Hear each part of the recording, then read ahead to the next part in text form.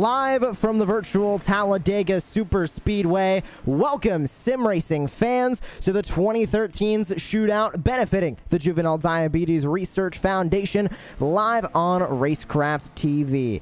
Happy that y'all could join us on this beautiful Saturday evening. I'm your host Joshua Lee, and we are getting ready for 100 laps around the famous 2.66 mile super speedway built in Alabama. This track so so unique and equally as unique as this race. We are racing the 2013 NASCAR Cup Series Gen 6 cars. These cars have not been raced on the service since the beginning of 2019, as of course NASCAR introduced the new package changes to the Gen 6. Much higher rear spoiler, more downforce. These are the old package Gen 6 cars, which means we're going to see completely different racing than what we've been seeing in the past year and a half from iRacing super speedways, and it is going to be an intense night. And remember, tonight is also for charity, benefiting the Juvenile Diabetes Research Foundation, helping to make type 1, type none. You can donate right now, the link right at the top of the description, and you can hit that button and donate. And we'll have the message pop up on screen there. There's the link as well, but you can also click it in the description, and we'll also have it in the chat room for anybody who wants to support and donate. So once again, click that link, donate to the JDRF today, and I'll make type 1, type none. All the drivers in this field are ready to not only compete for a win, but to raise awareness and to also just compete at a high level. There's a lot of great drivers in this field, and we have about 20 minutes remaining here of practice before we make our way into the race tonight. We're going to take a look at a couple of those drivers currently. It looks like Brandon Stower on the track, right behind the number 9. Right behind him is going to be the number 35 of Mark Dingman. 6th and 14th in practice currently.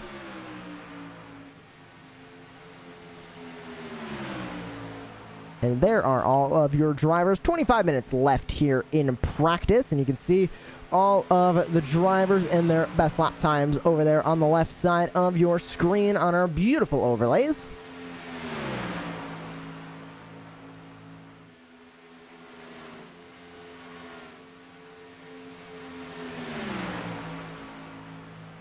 Not that much action currently going on in the way of multi-car packs on the track. Right now seems to be just majority 2-car tandems or single-car runs currently on the racetrack. So we do not have any multi-car packs going. We'll spread out from Dingman and Stower. This is Wallace and Polini, 16th and 17th on the speed charts.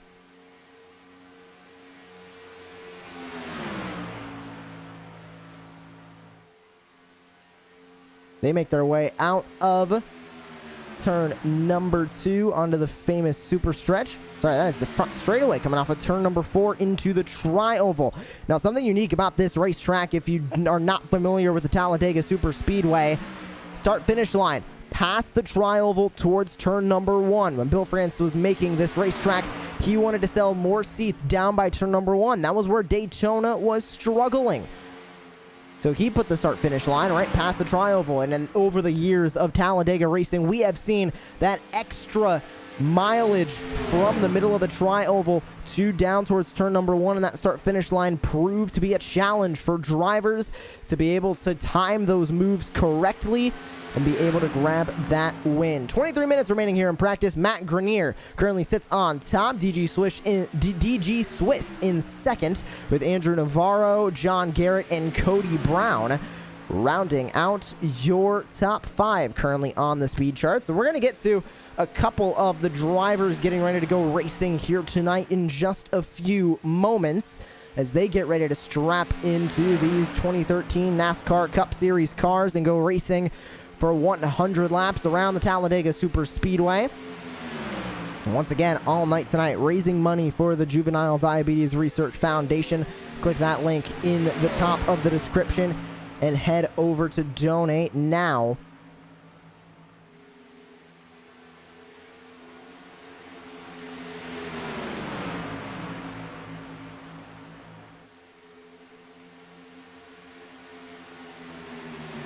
A little bit of a pack going on now in practice as one of these 2-car tandems have caught another one, and there's a pack going on the back straightaway that now the 35 of Matt Dingman finds himself on the outside of. He'll fall into line. Matt Grenier currently fastest on the speed charts. He's at the tail end of this 5-car line. We're going to be seeing a lot more cars in these packs come when the green flag drops. Already up to around 29 drivers registered for this race, getting ready to go racing in just about 30 minutes time. We'll be taking the green flag for 100 laps.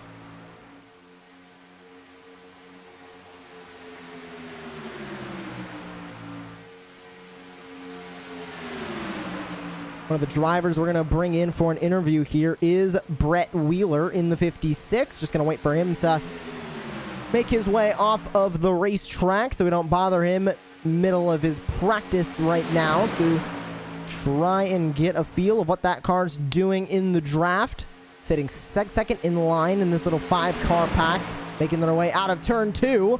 One car gets loose, goes down to the inside. That looked to be the 32 machine.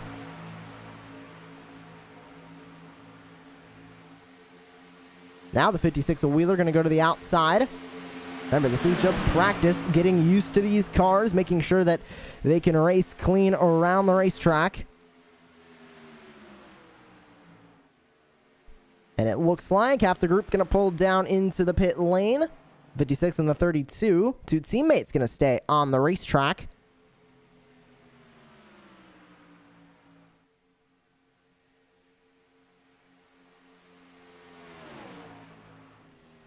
And it looks like we have another pack of cars waiting to head out onto the racetrack. That is a 23 in sim of BJ Duval behind Brett Wheeler, but he is behind the wheel of the 32. And we'll see if we can grab anybody for a pre-race interview as we continue here in practice for tonight's 2013's Shootout, benefiting the Juvenile Diabetes Research Foundation. And it looks like, first up, we are going to choose... Trying to find somebody not currently on the racetrack in the middle of a practice run. And it's something that we do not want to interrupt anybody on the racetrack. You can see a whole line of cars making their way out onto the racetrack at the moment. Looks like first up, we're going to bring in... Nobody at the moment. Once again, just trying to find somebody not on the racetrack. Looks like we found somebody not on the racetrack. That's Dan Gallant in the 24. So we're going to go ahead and bring him into the Racecraft TV booth and get a look at that JDRF logo right there on the hood of the number 24. Dan Gallant, Joshua Lee in the Racecraft TV booth. You got a copy? Hey, how's it going, man? Going great. So just want to first of all preview obviously what's going on tonight here in practice. You're getting a feel for that car. How's that number 24 machine out there in the draft? 24, I'm not sure, but the 89 is doing pretty good. It's a little loose coming through the tri-oval a little bit, so it's going to make for some very interesting racing for sure. I can't see you got the 89 painted on the car there. 24 in sim, so couldn't exactly see the number from our camera angle, but, you know, it's all good. So just talk about tonight, because I see the JDRF logo on the hood of your car. How important is the cause to you, and what are you looking forward to tonight, obviously raising money for the Juvenile Diabetes Research Foundation? Anytime that we can get together with Shenandoah Shine and put on a spectacular event, we do typically about 3 a year for the kids. It's always about the kids. So anytime that we can get our hands on and help the people that need it the most, that's what's really important. That's what we're all about over here, man. And good luck tonight, obviously, at Talladega. Are you looking forward to the racing? 100 laps at Talladega seems like a marathon, but it could go by in the flash. I think it's going to be a very fun race. This car is going to be very unpredictable, and I think everybody's kind of figuring that out in practice, and it's going to make for some very, very fun broadcast. Well, thank you very much for joining us here in the pre-race. Best of luck to you. Sure. And once again, that was Dan Gallant, driver number 89 tonight here at the Talladega Super Speedway. Head back to the racetrack. Some more drafting action going on here in practice. Looks like the 48 machine. J.R. Scruggs leads this line. The 47 right behind. That's Pete Polini behind him in the 47, giving a huge shove, and 2 cars go spinning up into the wall. Good thing this is practice. Easy reset for them, and they'll be ready to go for tonight's race. 2 cars drafting here up at the top of the racetrack. Adam Lancaster goes to the top of the board. Top of the racetrack looks to be the number 27 of Curtis Critchley, with the 2 of Andrew Navarro drafting up on the top of the racetrack. Navarro, 4th fastest currently on the speed charts. Curtis Critchley down to 26th at the moment. Fastest lap of 52.13. Expecting this to be a little bit faster, knock him up further on the board. And it doesn't look like it did. Still fastest time of 52.13, a 54.15 last time by for Curtis Critchley in the 27. We'll grab another driver here for a pre-race interview, and it looks like we're going to be able to grab the driver I was looking at first, the 56 of Brett Wheeler. Brett Wheeler, Joshua Lee in the Racecraft TV booth. You got a copy? Sure do, buddy. Well, Brett, we were watching you a little bit earlier on, drafting with your teammate there in the 32. How's your cars feeling, and how are you expecting to do tonight? As far as expectations go, I've got no expectations. I don't really run the asphalt side of things all that much, or the oval side. I'm more predominantly a dirt racer. So I'm just coming in, just obviously supporting a good charity, and just out here to have a bit of fun. But as far as the setup goes, obviously fixed setup, and everybody's on the same set. It's not too bad, actually. Something I can get comfortable with. And we are using the 2013 Cup cars, which compared to the newer Cup cars have a lot less downforce, especially on super speedways. A little bit difficult to get runs up on the cars in front. You talked about not really being an oval guy coming into this just, for the charity's sake of it. How important is that charity to you, and how important is a charity race to you to really go out of your comfort zone to go behind the wheel of a NASCAR stock car versus the road car that you're normally used to? Yeah, look, supporting any kind of charity is obviously important, because it's obviously a charity for a reason. It's always good to give back to people in need and stuff like that. As far as getting out of the comfort zone, it's just a matter of just doing a few laps. You mentioned sort of the different downforce between this car and obviously the new Cup cars. Again, I haven't really done too much of the new Cup cars, especially at super speedways. But one thing I sort of did notice was, when you tucked right in behind someone here, especially at Talladega, you don't get as much of a run as what you would when you come halfway out and have half your car up on the back bumper of their car, and I find you're getting a little bit more speed that way. So just little things that I've sort of figuring out along the way to try and get myself better and try and be competitive here tonight. But look, at the end of the day, we'll see what happens. And again, for a charity, we're happy to step out of our comfort zone. Brett, thank you very much for joining us here in the booth in the pre-race. Best of luck to you for 100 laps around Talladega tonight. Thank you, sir. Have a good night. You too as well. That was Brett Wheeler behind the wheel of the number 32 on the racetrack tonight, 56 in sim. More drafting going on. That's Matt Grenier, second currently on the speed charts. He's on the top of the racetrack, letting that pack on the inside go by. That looks to be DG Swiss in this pack, John Garrett, Cody Brown, and they're going to go 3 wide coming down the front straightaway. We'll grab more names as we inch closer and closer to the green flag tonight.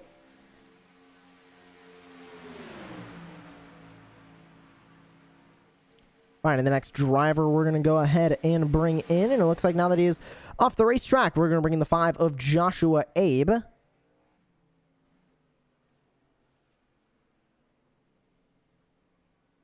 Or not, as he is no longer in the waiting room. So we're going to transition over to the driver currently stuck in the invisible wall doing burnouts. It's going to be Andrew Navarro. Andrew Navarro, Joshua Lee in the Racecraft TV booth. You got a copy? Yeah. We're currently seeing you doing burnouts there in the invisible Talladega wall. There you go, throwing it back to pit lane. But just right now in practice, 4th fastest. How are you feeling behind the wheel of the 2 tonight? I feel pretty confident. I used to race these cars a lot back in like 2016, same package. So, and I almost exclusively ran plate tracks back then, so feel comfortable in the car. But then again, it's Talladega, anything can happen. And we're racing tonight, of course, benefiting the Juvenile Diabetes Research Foundation. How important is that charity aspect to you to come in tonight and try and raise money for such an important cause? Very important. They do 3 every year, so I went to the last one, and it was a lot of fun. We raised over $1,000 for Toys for Tots, so that was a fun race, and it benefited the charity well. And coming into tonight, how confident are you can walk away with the checkered flag? Obviously, we're here to raise money, but we also got a race going on, 100 laps at the famous Talladega Super Speedway. What do you think your chances are of grabbing that win tonight? I know I can start relatively top 5, confident in that, but then again, there's a bunch of rewards for hard charger, and I think if you start in the front row, you can elect to take a EOL, and there's an extra bonus on that, so we'll see. And there's also a bonus for every car that gets a 0x. Shenandoah Shine is going to donate $20. Andrew, best of luck to you tonight, and good luck. Thank you for hosting, or broadcasting. Thank you very much. That was Andrew Navarro, driver of the number 2 tonight. Adam Lancaster up to the top of the board now in the number 29. 49.36, his fastest lap on the racetrack. You can see this pack making their way down the back straightaway, 3 wide, heading down into turn number 3. One car stuck in the middle. He's going to go up to the top side. Got cleared, the 26 and the 15. That looks to be the number 99 of Jeffrey Wallace. You see more cars storming their way down on the inside. Everybody going to move down to the inside now. 10 minutes now officially remaining in practice before we make our way into qualifying. 2 laps solo qualifying tonight to set the field for the 2013's Shootout, benefiting the Juvenile Diabetes Research Foundation. Once again, you can click that donate link right at the top of the description to be able to donate today to the JDRF. 9.5 minutes remaining here in practice. And we're going to look for the next driver to bring themselves into the broadcast booth. Looking through the many names we got currently sitting in the waiting room. We'll do about 3 more pre-race interviews, and then we'll be set to go for qualifying here at the Talladega Super Speedway. And the next person we are looking to bring in, trying to find somebody not currently on the racetrack. And that also is sitting in our interview waiting room.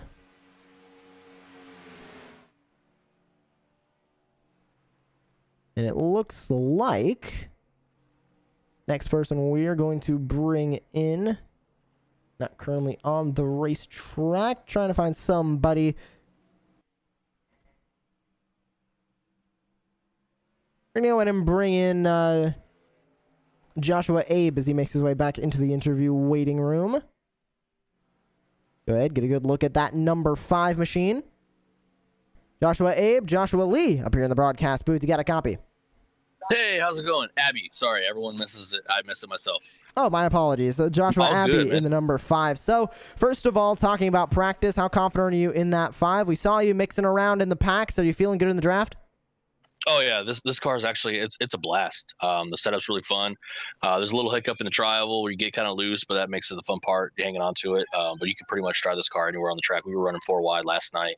Hoping we don't do some of that tonight, but yeah, it's a blast. The car runs really well. You can really get up to somebody's bumper, give them a little tap. You don't want to push them too hard, but it's really fun. Raising money for the JDRF tonight, and how important are these charity races to you? It seems like every time there's a charity race anywhere in iRacing, it brings out the big names and it brings out a lot of people to come in and race. How important are these charity races to you, and what's your favorite part of races like this? Just that, man. It's a charity race. We're here to have fun. We're here to raise money. We got over 30 plus guys in here, so we're already at a great amount of numbers for dollars towards JDRF, and it's what it's about, man. Having fun, raising money for charities. It gets no better than that. You know, we bring out, like I said, bring out a lot of people to come in, have a blast. Should be some good fun racing, and it's what it's about. You know, it's what it's really about. And going into the race tonight, are you confident you can put that number 5 into victory lane? Yes. I mean, like I said, brings a lot of big hitters. We got a lot of the competition's really tough, but I do look forward to being up front. Got some teammates in here, so we're going to try to work together and put on a great show. But best of luck to you tonight behind the wheel of the 5. I appreciate it. Appreciate y'all for putting this on. Garrett Delth with Shenandoah Shine. It's going to be a great night, man. I got great sponsors that are really here to put on a great show for these people. I can't thank y'all enough.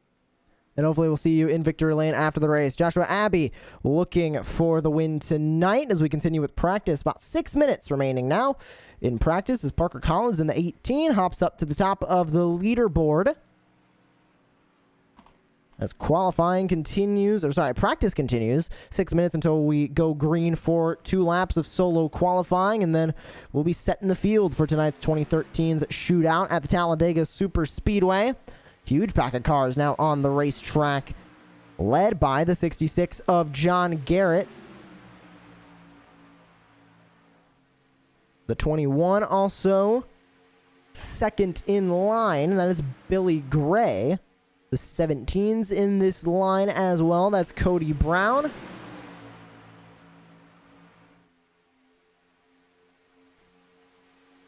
And 5.5 minutes now remaining.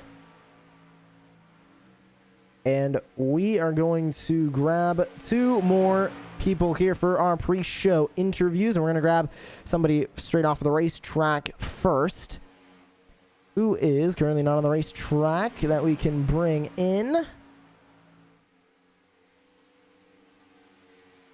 And we're going to go ahead and grab Curtis Critchley for a pre-race interview before we get going. Or actually,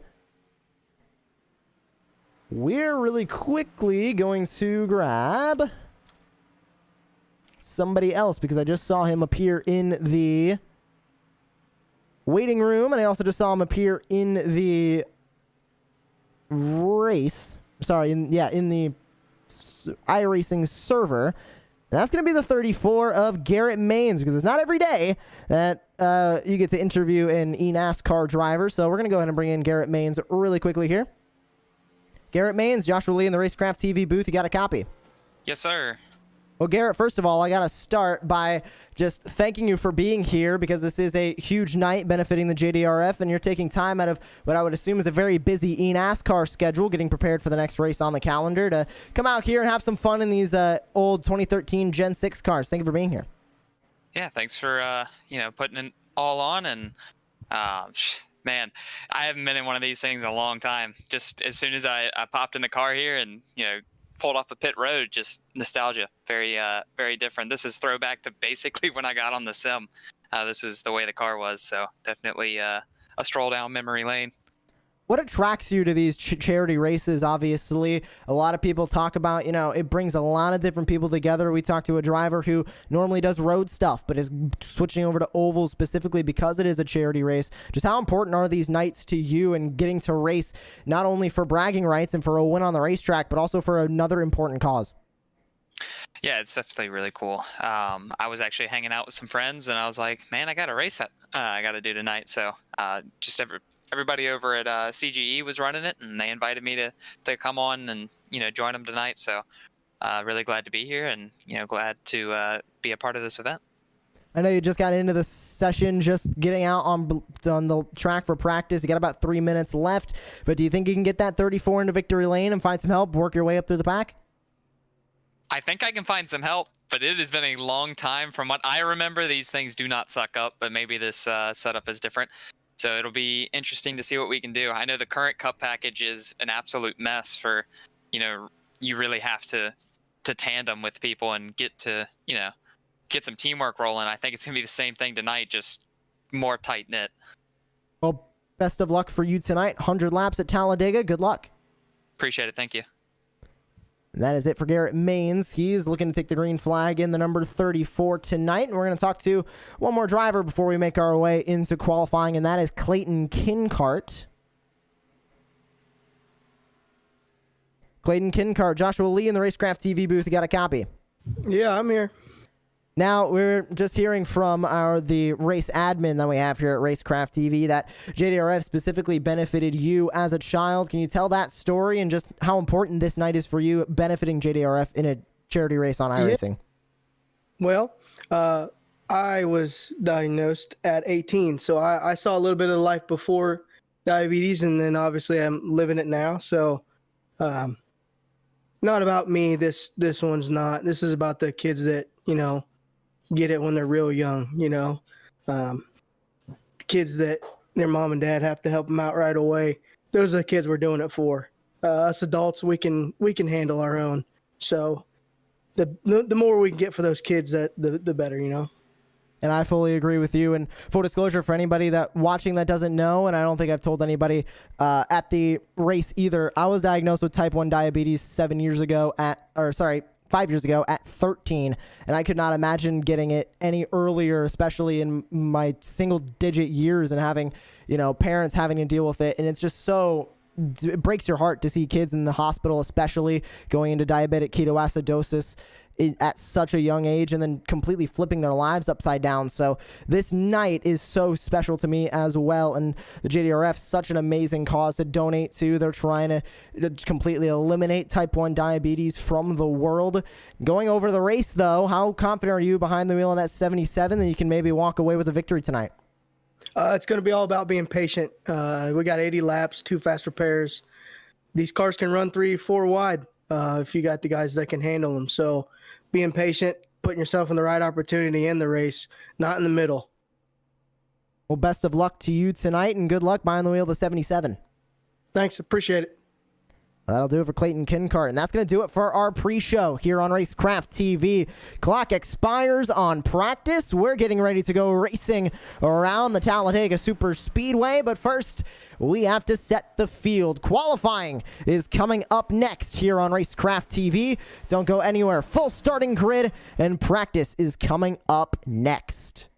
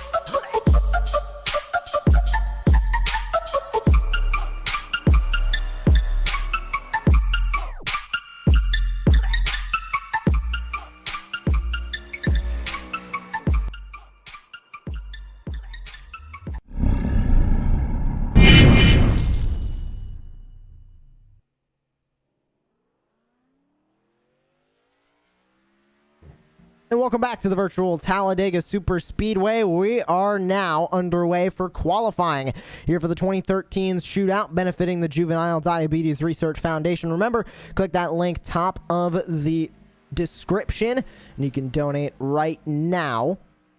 And also see the link on your screen to be able to donate as well as we get ready for qualifying. 2 lone solo laps around the track for each driver to set the field for 100 laps of racing tonight around the Talladega Super Speedway.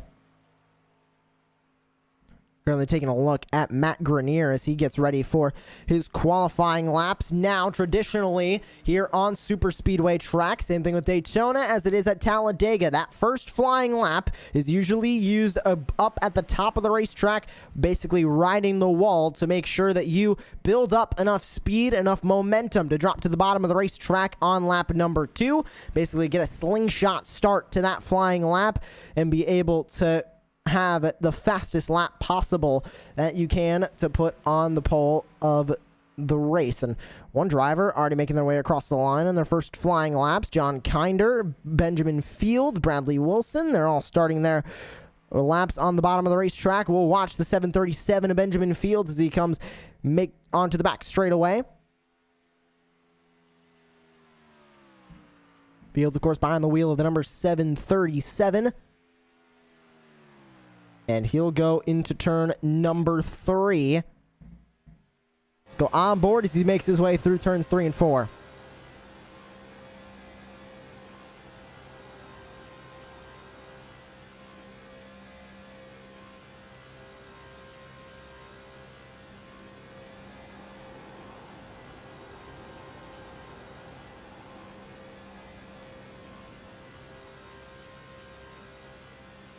Fourth fastest for Benjamin Fields on the racetrack in qualifying.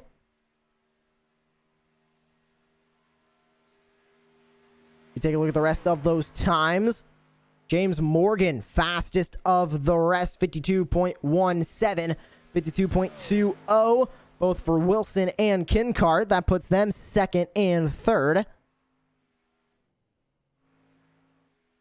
Bradley Wilson in the 51 in second as he is on his cool down lap. Pete Polini going to come across the line. Believe he just started his...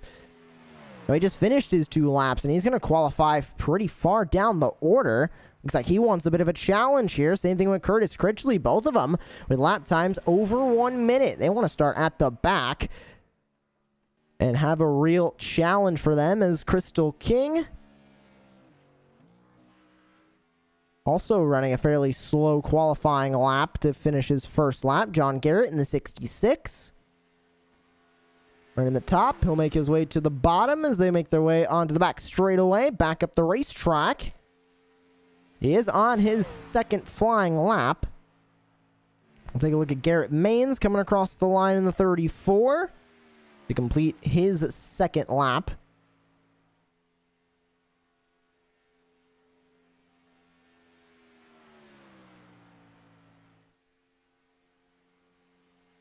For his first lap, 53.72. Brandon Pearl comes across the line. He's up to 4th. Matt Grenier going to go into 12th. Benjamin Fields all the way down to 19th. Just goes to show how difficult it is to really get that pole here at Talladega. Jeffrey Wallace coming down the back straightaway on his cool down lap. He currently sits in 20th. Crystal King in the 11 going to come across the line, put a time down. Garrett Delph in the 13. He's running slow on the racetrack, buying a little bit of time. And it looks like good amount of cars across the line. Benjamin Fields is making some practice laps out there on the racetrack. He has already completed his 2 laps. Maines across the line for his second one. Up to 3rd in the 34 with a time of 52.17 seconds. Great time for Garrett Maines. Let's see what Jason Maines in the 32 can do across the line. He'll go up to 20th on his second lap. John Garrett makes his way up to 6th in the 66. More cars starting laps. Cody Brown going to start a lap in the 17. 4 minutes left as far as time goes here in qualifying. Only 10 minutes available to get those 2 laps in. Some drivers waiting a little bit to get those laps in. You can see those drivers making their way across the line now. That is Cody Brown. J.R. Scruggs also in the 48 going to make his way across the line and begin his qualifying laps. Cody Brown running the top of the racetrack to start his group of flying laps. We could see that top line be pretty dominant tonight. Talking to a bit of the drivers in the pre-race, a lot of them are saying that you can go 3-4 wide, and just depends on who has the draft, who has the tandem to work. And will it be enough is the questions that everybody is asking as Cody Brown in the 17 makes his way through the tri-oval, and we'll start his second flying lap. Let's go on board with the 17.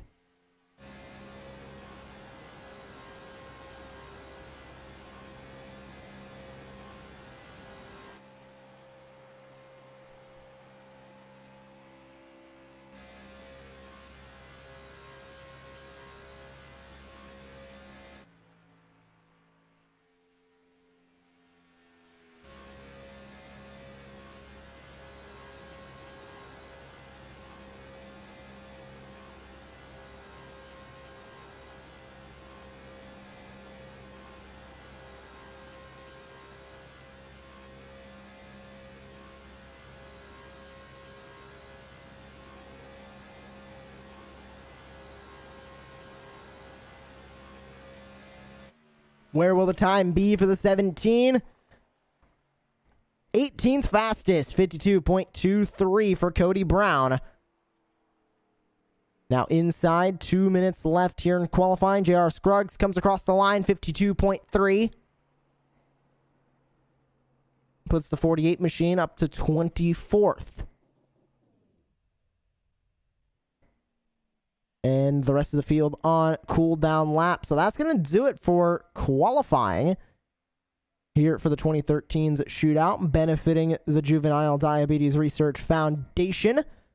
And we are now going to get ready to go racing. 33 cars going to start tonight's race, and it is going to be an exciting one. We would like to thank a few sponsors before we get started that are all benefiting tonight's charity race. First of all, Shenandoah Shine and iRacing Community for Everyone, Fort Worth Screen Printing, T-shirts that you'll love, Critchley Gallant Engineering, and Abbey Racing Esports, all benefiting tonight's race. And you can see all of their logos up on the top right of your screen, and they'll be fading throughout the night. We cannot thank them enough for putting on tonight's race as we get ready to go racing. Once again, you can donate to the Juvenile Diabetes Research Foundation. Information on your screen, the link at the top of the description, the link also going in the chat as well, and it will be pinned there, so you can donate all night long and make sure that we reach our goal. The goal set by the Shenandoah Shine and Clayton Kincart is $2,500. We have $770 currently raised, and we want to raise that entire goal. We'll be watching it the entire night. Make sure that you're hitting that donate button, that you're donating. Any amount is important, and any amount matters that you can donate to the JDRF. It's now time to go racing from the virtual Talladega Super Speedway. Let's take a look at your starting grid.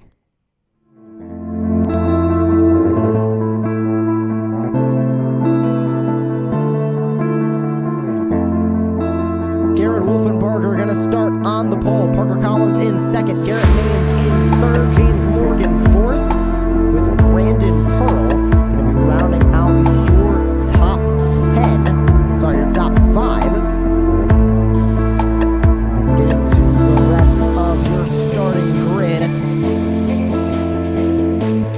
John Garrett starting in 6th, Andrew Navarro in 7th, Crystal King in 8th, Bradley Wilson in 9th, Clayton Kincart rounding out your top 10, Brett Wheeler in 11th, Billy Gray in 12th, Mark Dean in 13th, John Kinder 14th, Matt Vernier rounds out your top 15, BJ Duval, Joshua Abbey, Cody Brown, Adam Lancaster, and Brandon Stower rounding out your top 20. Cheston Green, Racecraft TV, Jason Maines, JR Scruggs rounding out your top 25 is going to be Benjamin Field with Jeffrey Wallace, Dan Gallant, Garrett Dell, Scott Martin, Pete Polini, Curtis Critchley, DG Swish, and Austin Stevens rounding out the 33 cars that are looking to take the green flag here at the virtual Talladega Super Speedway. 100 laps on the docket tonight, and it is going to be a tense one.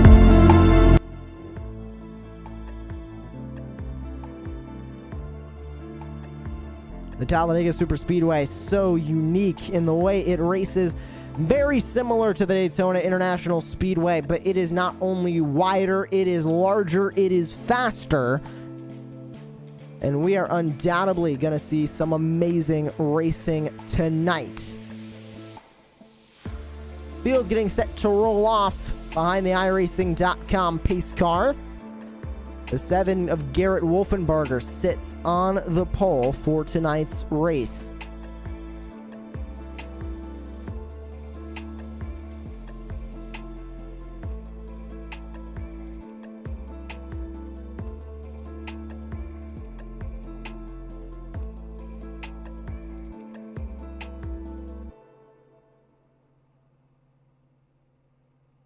Huge night benefiting the Juvenile Diabetes Research Foundation as the field gets ready to roll off and get started for tonight's race. Garrett Wolfenbarger sits on the pole. He put in the best time in qualifying.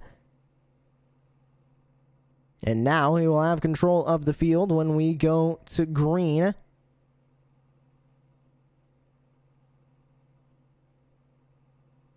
The 18 of Parker Collins going to start to his outside. And there goes the field rolling off. Getting ready for all of the action tonight. You can see all the many rows of cars rolling off from the Talladega Super Speedway. They'll get up to speed and get racing.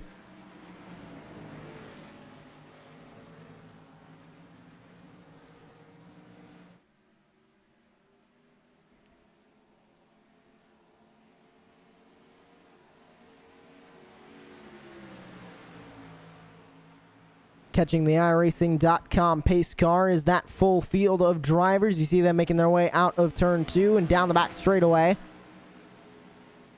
to begin all of the action tonight.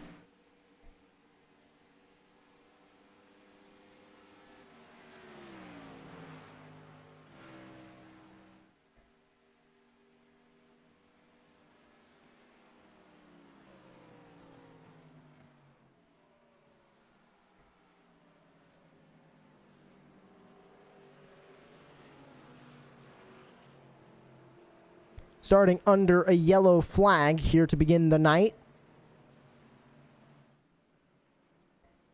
Field going to remain double file behind the iRacing.com pace car as we get ready and get set for tonight's race. Talking to a lot of drivers during the pre-race, they all pretty much had the same idea that they all have an opportunity to win this race. It just depends on the situation, depends on where they are at the right moment.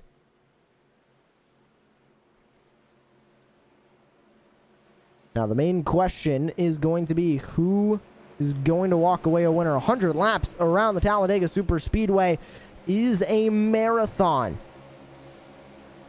Or 80 laps around the Talladega Super Speedway is a marathon, and they are going to need to have the best luck possible if they want to walk away a winner. You need to not get caught up in the big one as well. As the big one, we know it will strike. The question is when it will strike. As the lights are out on the iRacing.com pace car, and we're going to go racing this time by. And it looks like a couple drivers going to elect in that EOL to start the race. That is the 18 of Collins and the 7 of Wolfenbarger. I believe they do get a bonus towards the JDRF if they finish at a certain point, and taking that EOL, I believe, also institutes a bonus. So they want to take that EOL, work their way up towards the front. So that's going to put the 34 of Garrett Maines and the 43 of James Morgan on the front row to begin tonight's race.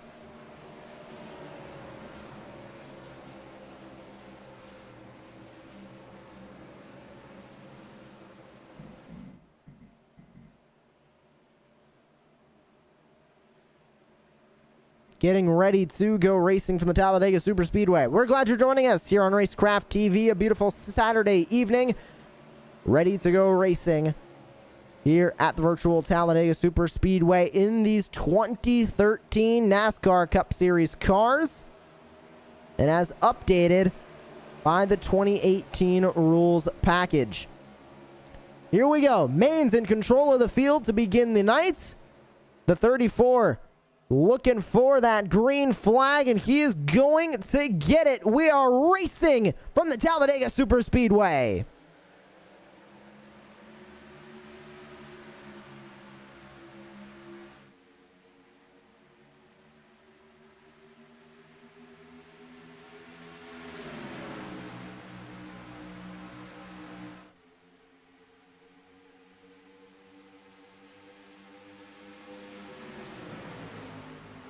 Already, Maine's getting an early lead, but take a look. That outside line starting to form up as they work their way down the back straightaway for the first time.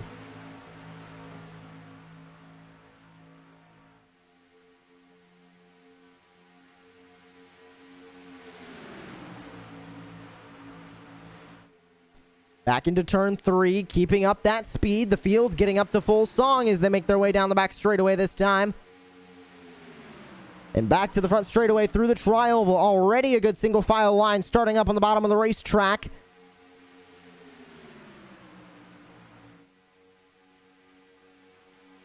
And they make their way into lap number 3. Maine's leading the way in that outside line, starting to fall back. But the 66 of John Garrett still trying to keep it alive as he leads the outside line. And a good bit of cars up there as well. Just not quite as formed up as the inside. It looks like a duo starting to peek their nose out. That was Andrew Navarro with Billy Gray behind him.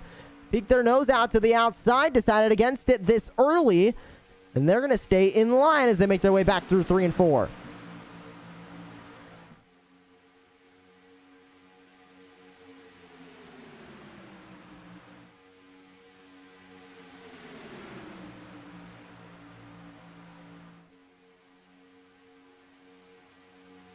Outside line definitely fading away now as they make their way across the line once again.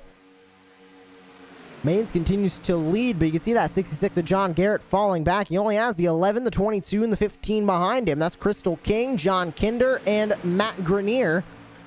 And it looks like a couple other stragglers further back, but it seems to be they're all starting to navigate towards that inside line. Seems to be the best line and the most competent line for these drivers, as it is the most formed up with the most cars in it so far. Outside line not holding up in the early stages of this race. And back to the front straightaway, Garrett Maines in the 34 continues to lead in a mirror full of the 00 of Brandon Pearl. Hasn't tried to make a pass for the lead yet. 80 laps, a long ways to go here at the Talladega Superspeedway, and that is going to constitute a pit stop at some point. When will they go for that pit stop? We'll have to wait and find out. Still way too early for that stop to make it all the way to the end, so no driver currently worrying about it. Tire wear, not a huge thing here at the Talladega Superspeedway either, so these drivers are pitting basically when they need a new 2 cans of Sunoco fuel put in the car. And that is not till about halfway. We're going to start to see some drivers duck down into pit lane. If there isn't a caution, since then, we might see more cars making their way into pit lane then. But Garrett Maines still leads the way. And it's Pearl, Morgan, Navarro, and Gray, your top 5. Heading to the tri-oval, first bit of 3 wide. Here comes John Garrett to the outside of the 66. Stuck in the inside, that's the 51 machine, Bradley Wilson. And now that middle line starting to gain a little bit of traction as John Garrett is stuck on the outside. He's going to navigate himself back into line right in front of the number 11 machine of Crystal King.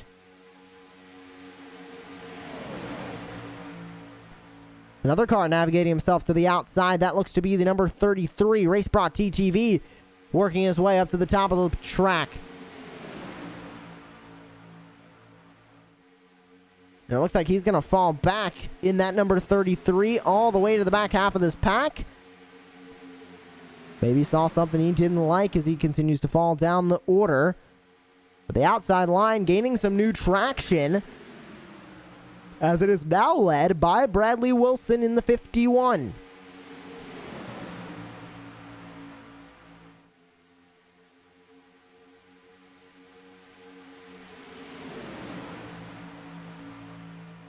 A little bit of argy-bargy further up. It looks like James Morgan in the 43 might have been gotten a run. Looked to the outside of the 00 Brandon Pearl, decided against it. He's going to stay in line, but here comes that outside line. They're now even. Double file all the way through the field. Here comes Bradley Wilson looking for the lead on Garrett Maines. Wilson now side by side with Maines, and you can see the 00 Brandon Pearl also back there. Second in line, John Garrett's second in line on the outside. Garrett's now going to be side by side with Garrett Maines. As to the lead of the race goes Bradley Wilson in the 51.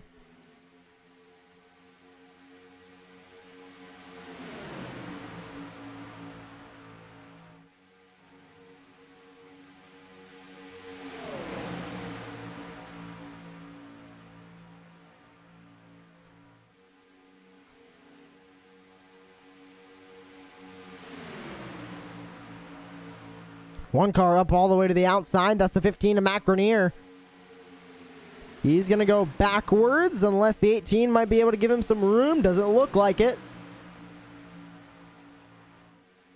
So to the back of the field goes the 15. Now John Garrett leads the outside line. Wilson protecting the inside. Can the outside line make another move? Push Garrett to the lead in the 66. They're coming up on a lapped car.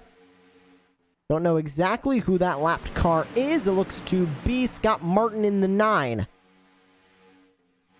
Or sorry, that's Cheston Green in the 28. They're going to go right by him on the inside.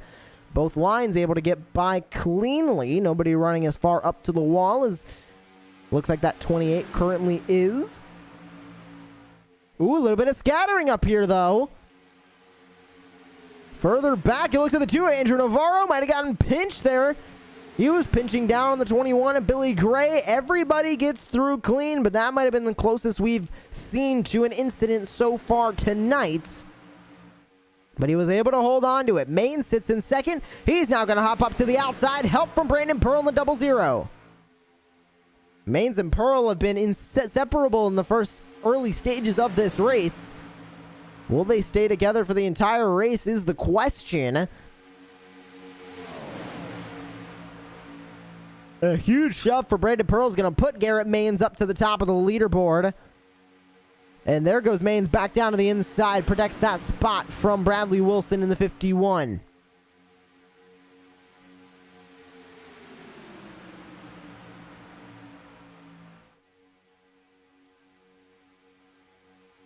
Two by two, almost all the way back. You can see all the dicing around and all the moving around that's happening even in each of these lines.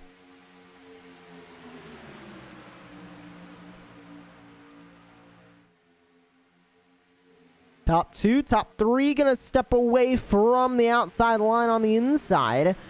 They're going to be completely clear of that outside line, but here comes the resurgence of the outside line as they make their way back down the back straightaway. Top 2 now clear. Maines and Wilson out in front.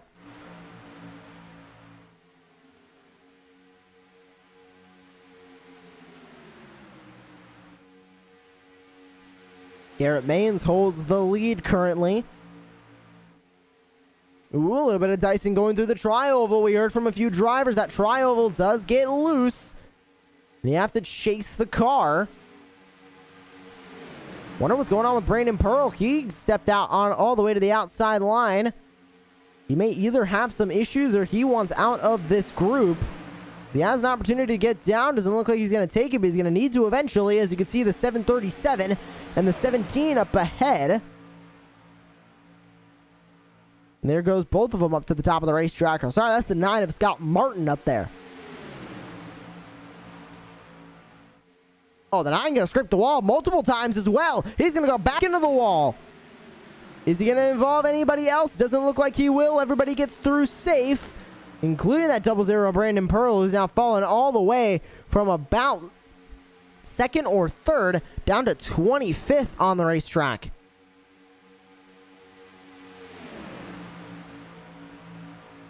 Maine still leads. Now the 27 of Curtis Critchley sits up on the outside line. Looking to make something happen up there.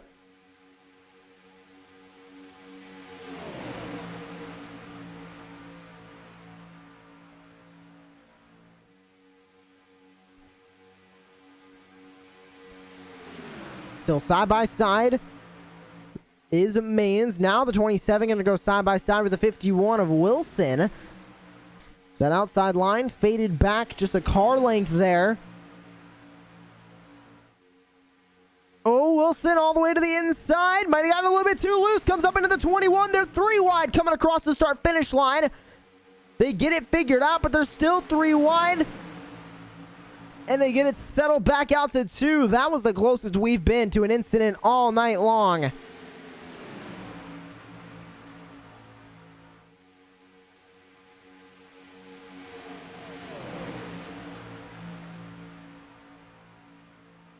We'll take a look at really quickly at that replay.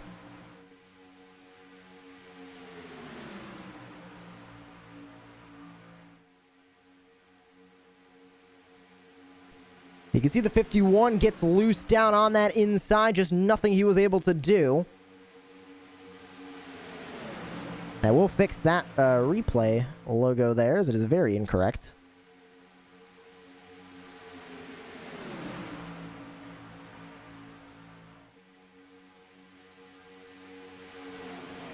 And it did not update. Wonderful.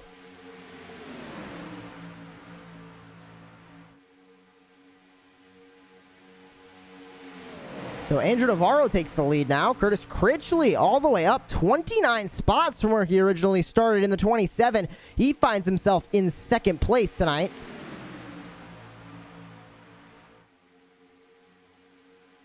Mains falling all the way back to third now on the inside line. The 43 of James Morgan now leads the outside line. John Garrett in the 66 behind him.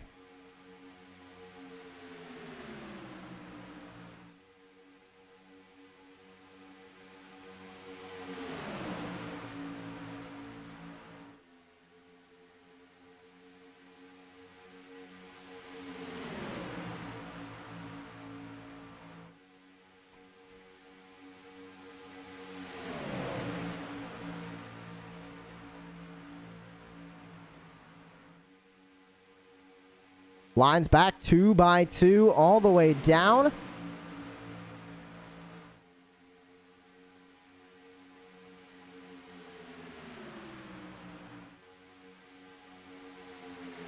Racing definitely staying heated up, just not cooling down here at the Talladega Superspeedway. The 27 gets a little bit loose, keeps it in line.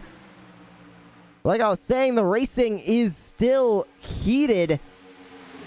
We've not gone under the yellow flag so far tonight for an incident, as we work lap number 16 of 80, reaching about a quarter of the way through this race.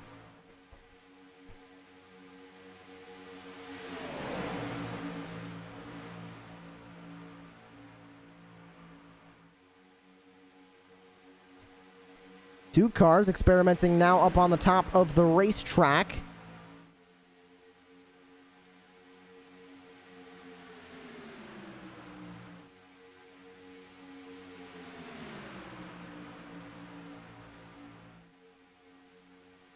Making their way back to the front straightaway. The 27 gets loose again. Same spot in the tri-oval. Seems like that one spot on the tri-oval is slipping up a lot of drivers tonight.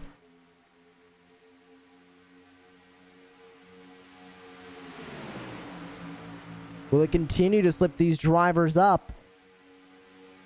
We'll see this time by if it's going to provide the same just sort of looseness coming out of there. There is a bump down there in the tri-oval when you come out off on that bottom line, and it looks like it's just catching a lot of drivers off guard, and it's really getting their cars upset.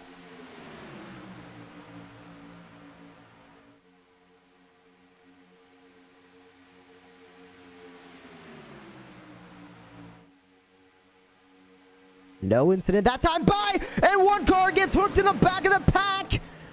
One car around, collects more. The 77 involved, the 15. First caution of the night is out. That was the 15 of Grenier. The 35 also involved. That's Mark Dingman. The 99 involved further back, Jeffrey Wallace. And the first caution of the night is out.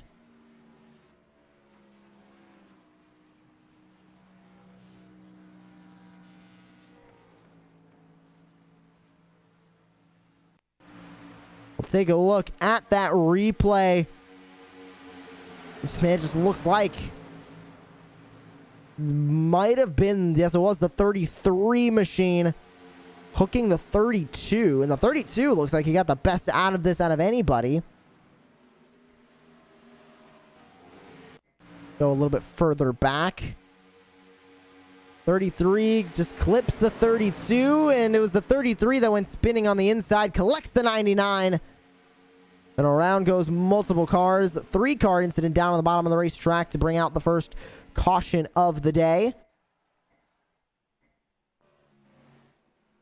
Andrew Navarro continues to lead the way. Curtis Critchley in second. As you can see, the iRacing.com pace car sitting in turns 3 and 4. Will we see the first takers of pit road of the day? Let's find out.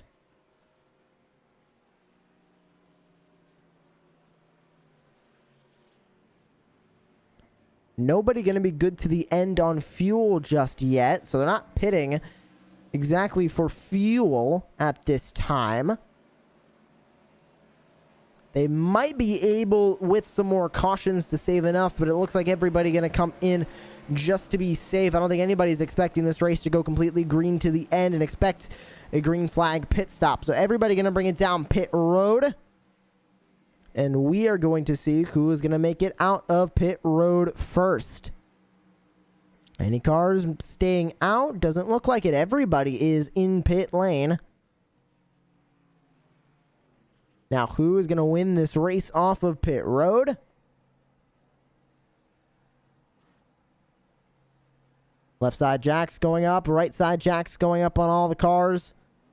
Who's that coming out first? Andrew Navarro just barely beats out the 27 of Curtis Critchley. Maines, Morgan, Garrett, your top 5 as they all make their way back onto the racetrack. Very close race off pit road between Navarro and Critchley.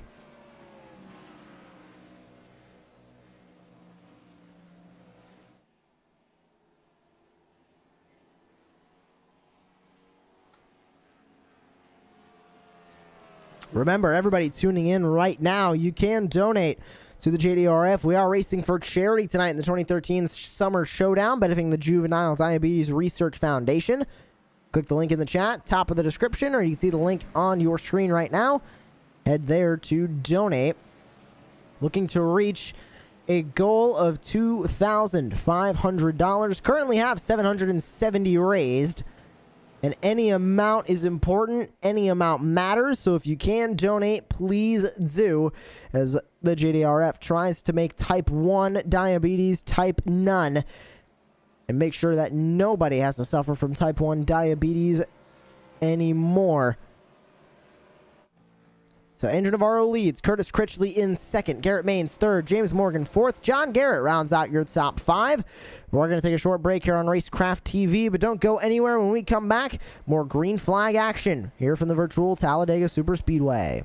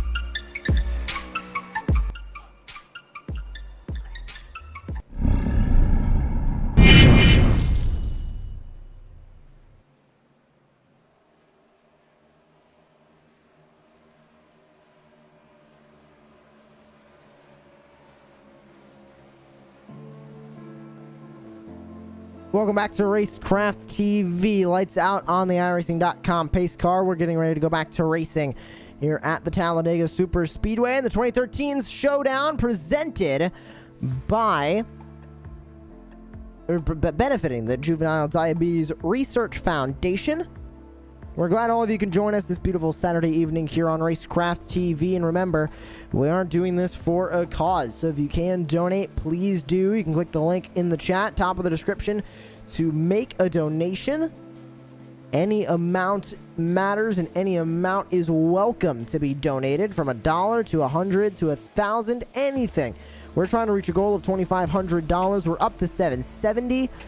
So please give as much as you can to benefit the Juvenile Diabetes Research Foundation. Field heading into turn number 3, getting ready to go back to racing. 21 laps complete when they come across the line.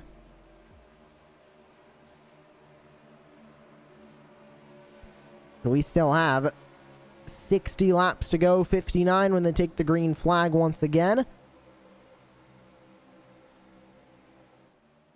We're going to go on board with the 27 of Curtis Critchley here on this restart, as the field makes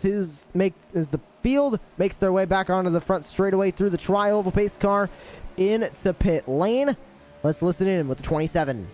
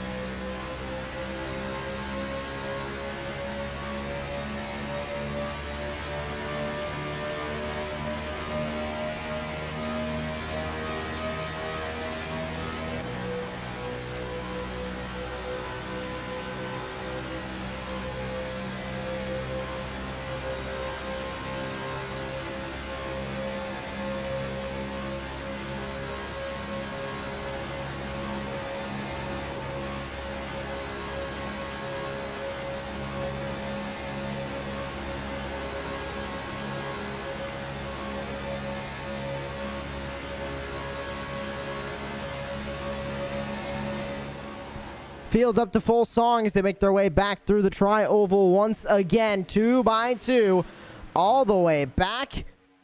And they continue to race their way through turn number 1. A huge push to the outside. Andrew Navarro, with help from Garrett Maines, goes back to the lead. Jeffrey Wall is going to fall back slightly on the inside, but he's still there. 2 by 2 down the back straightaway.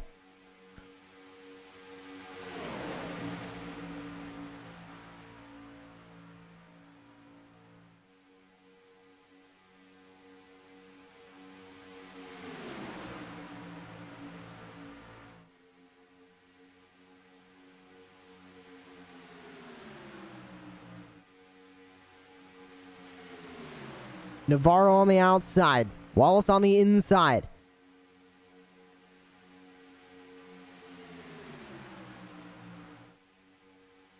Navarro going to get a great push from Garrett Maines. Work his way back up to the lead. Maines now in second.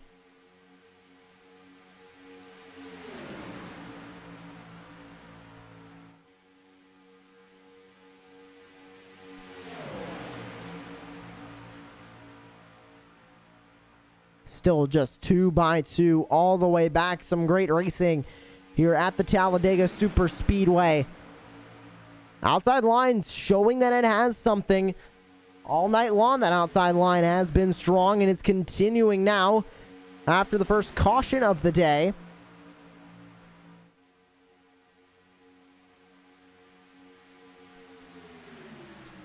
Navarro just barely sneaking over the 99 of Jeffrey Wallace, just not able to clear him as they work their way back through turns 1 and 2. Huge push on that outside line, and it looks like that outside line staying more formed, but that inside line has a lot of cars in it, able to get a lot of momentum on that inside line. But the outside line is so strong right now. A lot of great race cars running the middle line currently. Nobody making it 3 wide just yet. Wallace going to peek back to the lead. He's going to clear that outside line. Not going to pull up to cover the spot.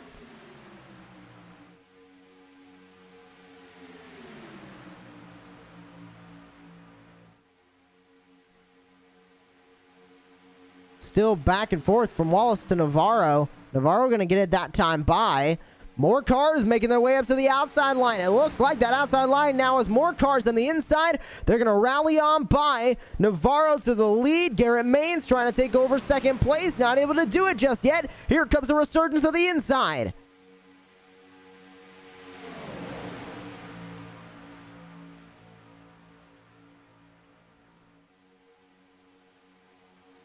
That outside line can get a lot of cars in it. Just looks like it stalls out coming through those corners. Not able to get around that inside line. Maines continuing to push all over the back bumper of the two. On board with Maines.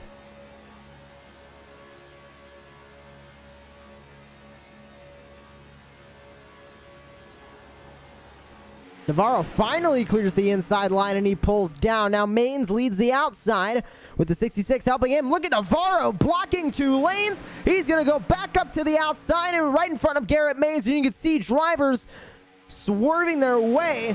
It looks like Navarro might have cut off the run on the outside line, but now it's going to hurt him as well. He joins the outside line once again. Here comes Wallace back to the inside.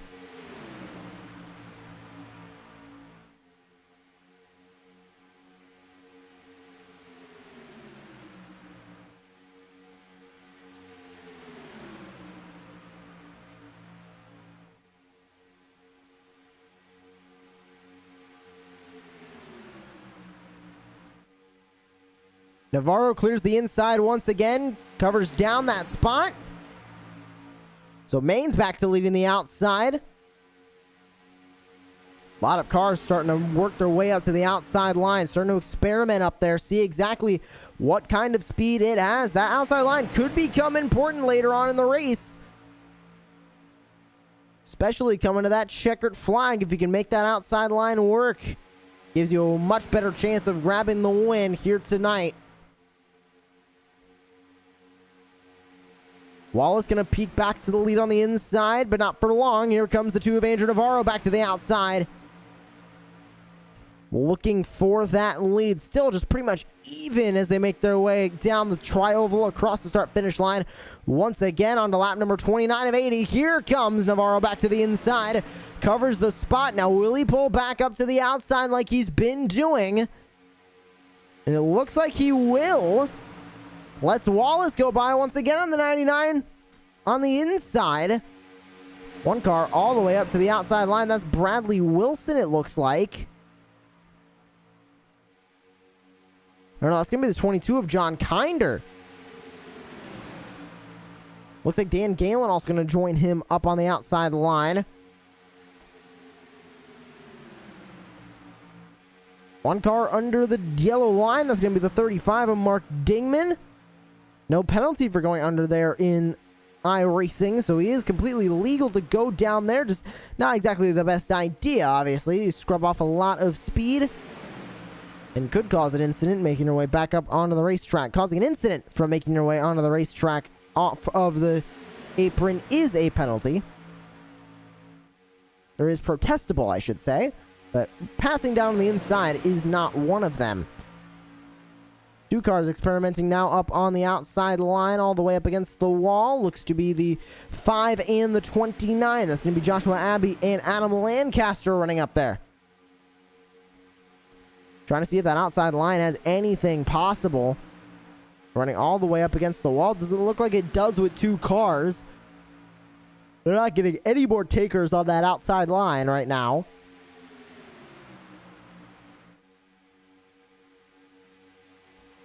Navarro doing the same thing he's been doing. Covers off that spot.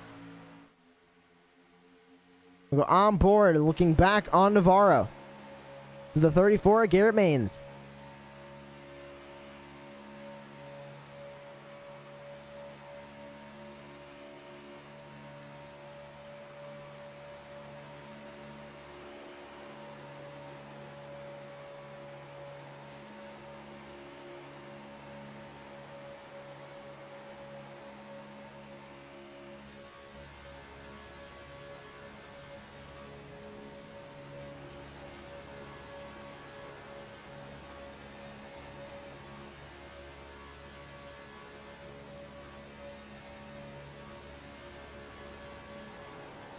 can hear how much off throttle time Garrett Maines has in that 34, trying to push the 2 of Andrew Navarro. He doesn't want to get into him too much.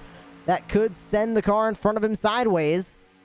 So he wants to be modulating that throttle input. Make sure he's just giving him small taps, not basically blasting through him and turning him up into the wall. Navarro now to the inside, and here comes Garrett Maines back to the outside line in the 34. He's going to lead the outside line once again. The 66 of John Garrett back behind him, shoving him right to the lead. Maines back to the front in the 34, and Garrett's going to have that inside clear. And there he goes. Garrett Maines, John Garrett now up front. The top 2 spots, the 34 and the 66. Here comes Garrett Wolfenberger now leading the outside line. He's got help from the 18 of Parker Collins. Outside line starting to form up once again, and has the 11 up there of Crystal King as well. That's the top 3 on the outside. Top 3 on the inside is Maines, Garrett, and Collins. Sorry, Maines, Garrett, and Navarro on that inside line.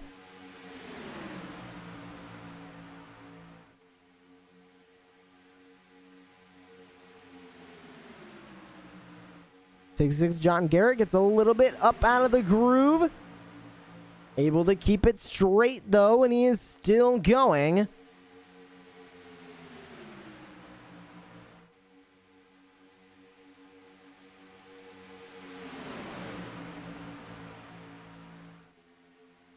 Maines now going up to the top of the racetrack. So that's Wolfenberger up on the top of the racetrack. He's going to take the lead in the 7. Started on the pole, back up to the front. Help from the 18 of Collins behind him. And he's going to blow his way right up into the lead. And look at Garrett Maines trying a little bit of side drive to keep him going. Here goes the 27 around. Critchley into the wall. Not into the wall yet. There he goes into the wall. Collects the 43. The 77 involved as well. Second caution of the day is out. Man, how unfortunate for that 27. The 77 involved as well. What happened in that incident? It looks like a couple of things led to that. Find out exactly what. Tough to see from that angle. We'll go back a little bit. Looked to be maybe just a stack up in front of the 27. Yes, it was. It looks like maybe the 43 thought the 27 was going to go to the middle. He did not. Ended up going to the inside, and around went that CGE number 27. Nowhere for the 77 of Clayton Kincart to go. Just got collected in that one. Go on board with Kincart. We're on board with Critchley. Now on board with the 77. Nowhere to go as the field comes up in front of him.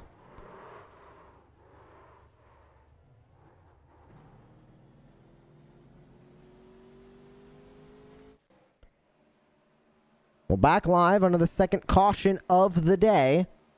Here at the Talladega Superspeedway, working lap 35. Here in the 2013 Shootout, benefiting the Juvenile Diabetes Research Foundation. Remember, donation link, top of the description and in the chat room. You can also see it on your screen right now to donate. Full field heading their way into pit lane.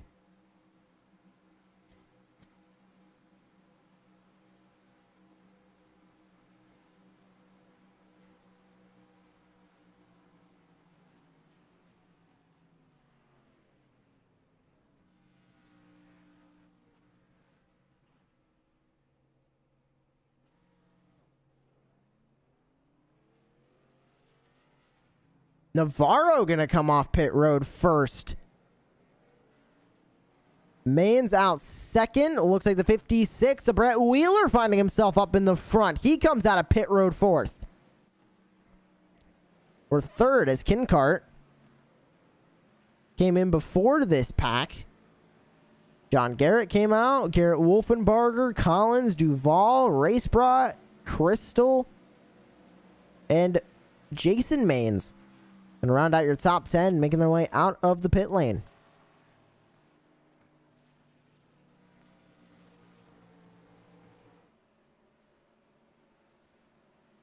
Lap 36 of 80 here at the Talladega Super Speedway. Getting ready to make our way back to green. Don't go anywhere when we come back. Green flag action from the virtual Talladega Super Speedway.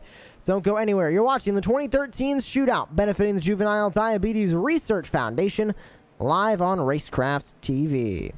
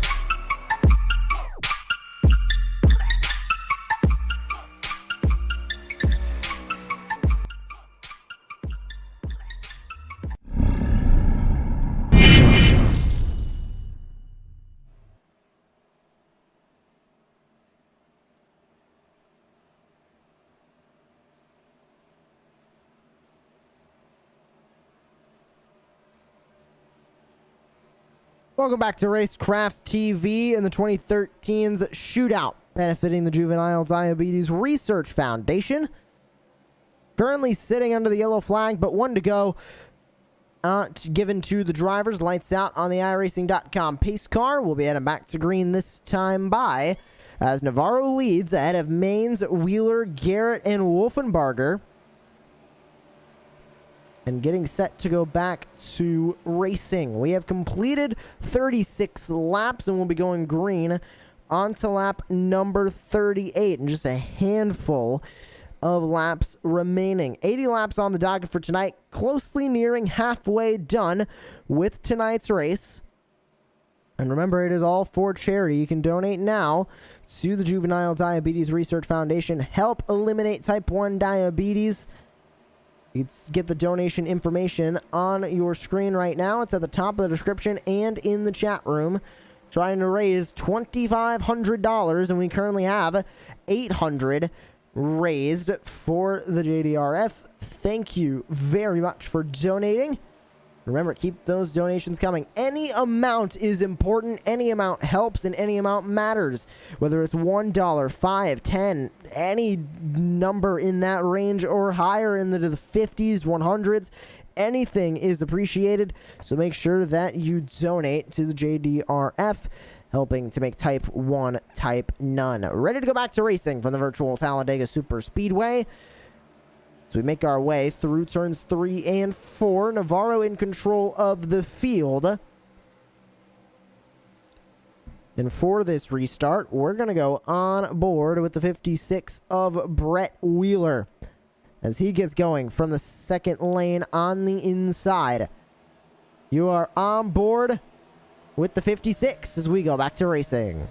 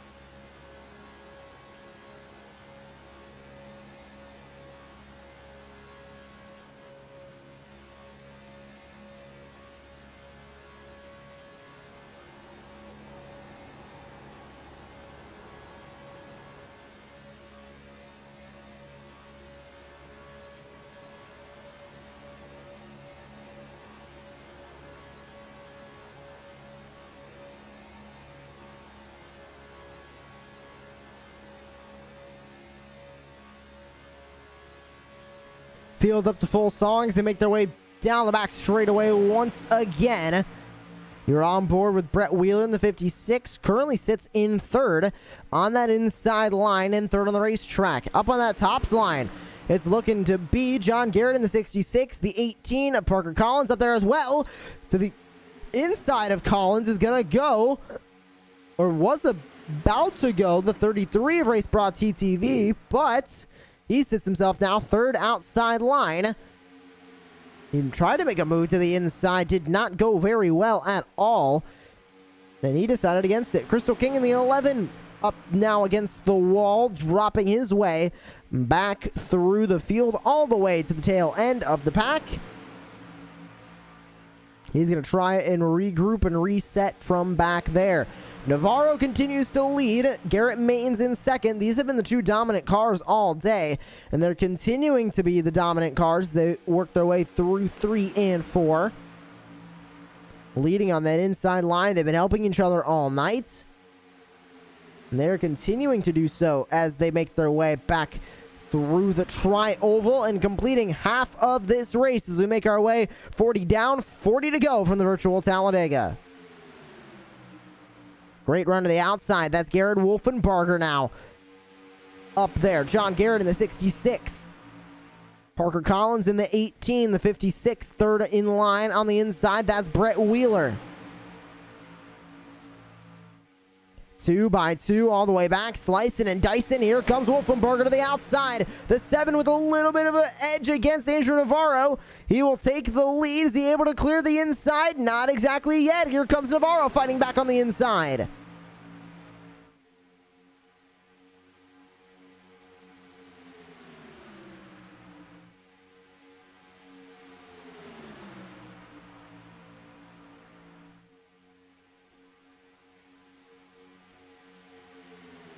Navarro not able to clear that outside line once again. Even with that help from Garrett Maines in the 34. Wolfenbarger on the outside. A lot of help from John Garrett. Let's go on board with Garrett as he continues to push.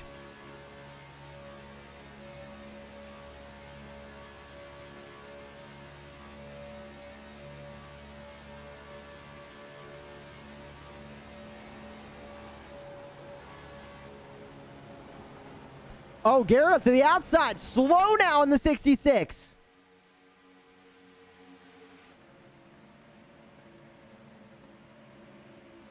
Did he get out of the gas? I'm wondering what happened. He is completely slow on the outside line.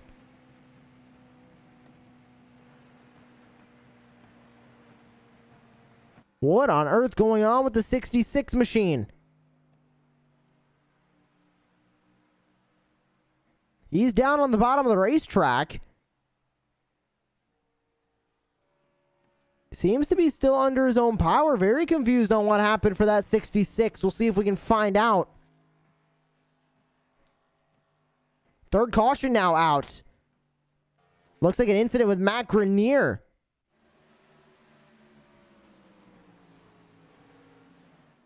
Ooh, Crystal King in the 11 involved as well. The 15 of Matt Grenier. We'll take a look back at this crash. It looks like it involved him. Garrett Delph also involved. Cheston Green. And more. Oh, somebody got collected further up. Looks like Grenier's side blinded and into the wall. Looks like the 11 of Crystal King was involved in this as well. We'll go back on the 11. Looks like they might have been involved further up, and yes, he was. What exactly happened here with the 11? Coming off of the corner.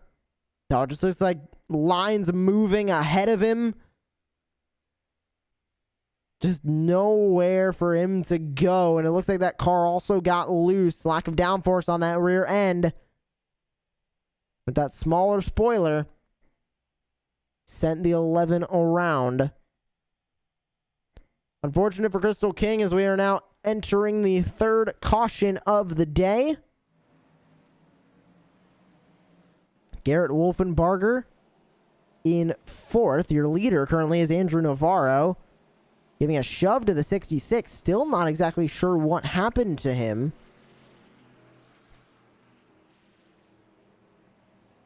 See if we can find out.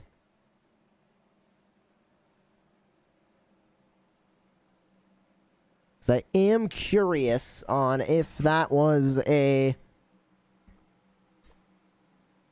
maybe something wrong with the car, or if it was him getting out of the throttle just to work his way down the order. Either way, drivers making their way into pit lane. Navarro, quick fuel, and immediately out he goes, not spending much time in pit road at all. Looks like a couple drivers the same way. Brandon Stower, Benjamin Fields, Scott Martin all staying out on the racetrack. Navarro came in, Maines came in, Wolfenbarger, Wheeler, Collins, Racebra, Cody Brown, Duvall, Jason Maines, Wilson, all making their way down pit road, but Brandon Stower stayed out on the racetrack.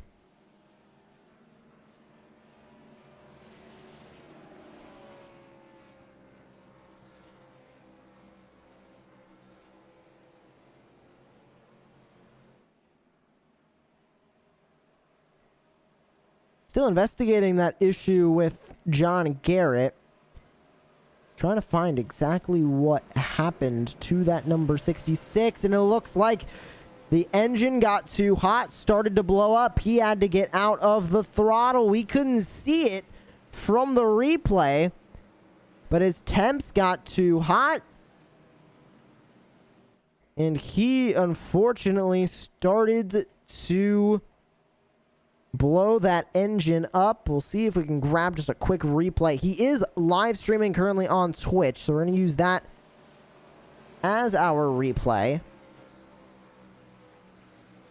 Just want to see if we can really quickly grab that just to show all of you exactly what happened, because it is something we need to talk about with Talladega, and this stuff does happen.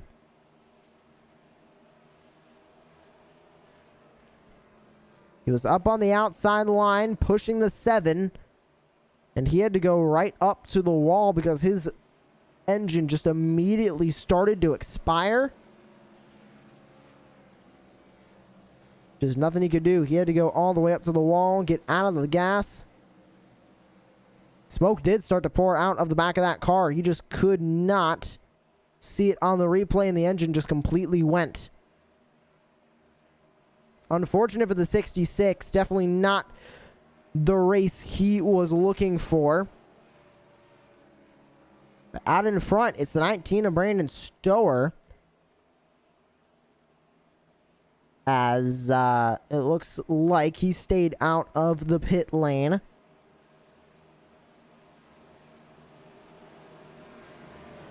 So the 19 will restart in first. Benjamin Fields to his outside in the 737. Scott Martin also stayed out. The first car that came down into pit lane for fuel only was Andrew Navarro. Not sure if anybody else took tires under that pit stop or not. Doesn't look like anybody else came down and got a fresh 4 set of tires. It looks like Jason Maines got 4 tires, but everybody else either 2 or fuel only.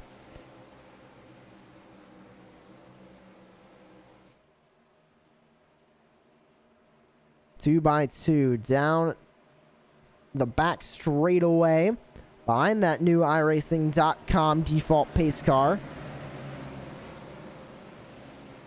As we get ready and get prepared to go back to racing. Currently working on lap number 46.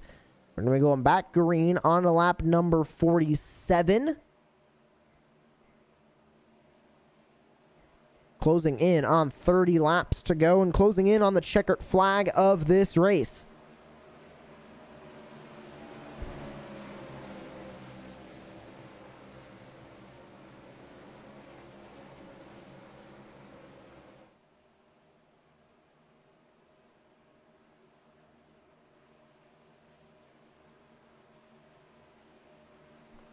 We'll take you on board for this restart. A little bit further back. Third in line on that outside. And we're going to take you on board with Garrett Wolfenbarger in the 7 machine as we go back to racing from Talladega.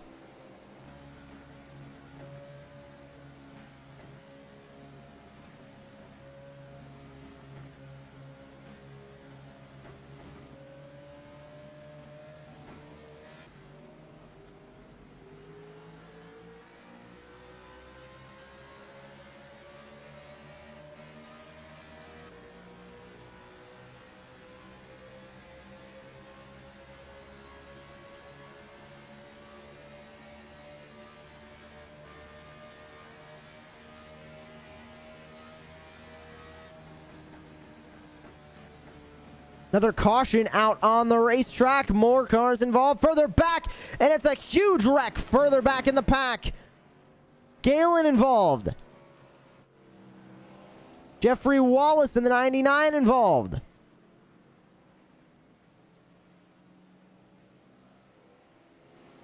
What started this wreck?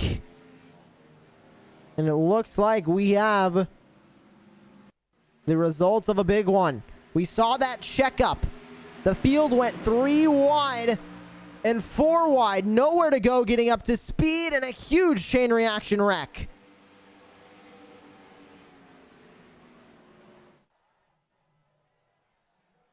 That is definitely the big one everybody was scared of. And it happened going into turn 1. Everybody trying to get up to speed. There was that checkup further up, and I think that caused this chain reaction just to make cars start going 3-4 wide to get up to speed. Cars flipping through the air. The 11, Crystal King. The 29 of Adam Lancaster got a little bit of damage.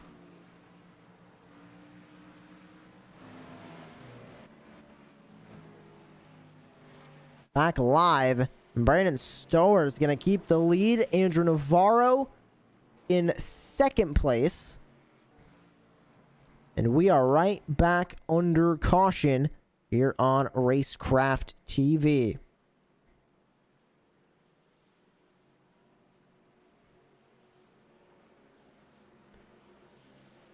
Remember to get that donation info. It is in the chat room, pinned as well as the description.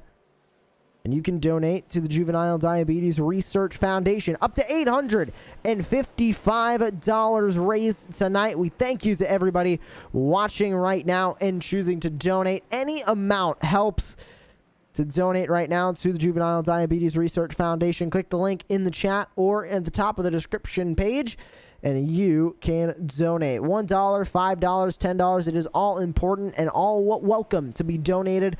$855 raised. We're looking for a goal of $2,500, so we still have a good bit of ways to go. So make sure, spread the stream out, share it on social media, share it on Facebook, Twitter, Instagram, anywhere that you can share streams and get more people here in the stream. Raise awareness for type 1 diabetes and the JDRF.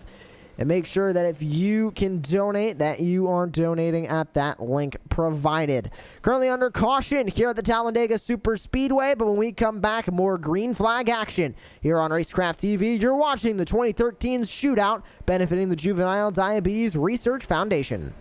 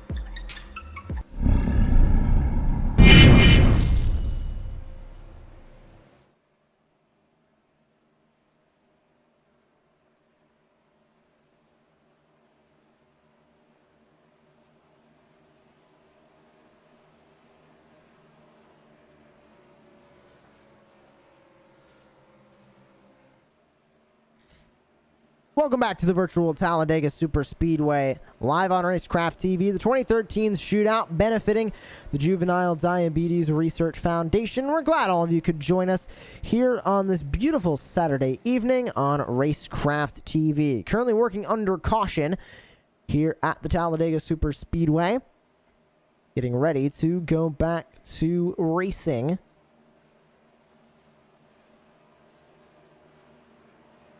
And the lights are going to go out on the iRacing.com pace car right now, and we're going to get set to make our way back to the green flag and get back going. One car going to wave around the pace car on the inside. As we continue to get ready to go back to racing, everybody funneling behind the iRacing pace car. Couple drivers electing to come down pit road last time by under caution, just not a lot of them. The first one that came down pit road is currently sitting in 11th. And sorry, it's currently sitting in, yes, it is 11th, is Garrett Wolfenbarger. He pitted on lap number 48 under that last caution. Also another handful of drivers making their way in the last caution. BJ Duval, Bill Gray, John Kinder, Matt Grenier, RaceBot TTV, Bradley Wilson, DG Swiss, Jeffrey Wallace, and more coming under that last yellow flag. But now we're going to be going back to green with 50 laps completed on to lap number 51 and 30 laps remaining here on the virtual Talladega Super Speedway. Time is running out. Who's going to be able to grab the win tonight?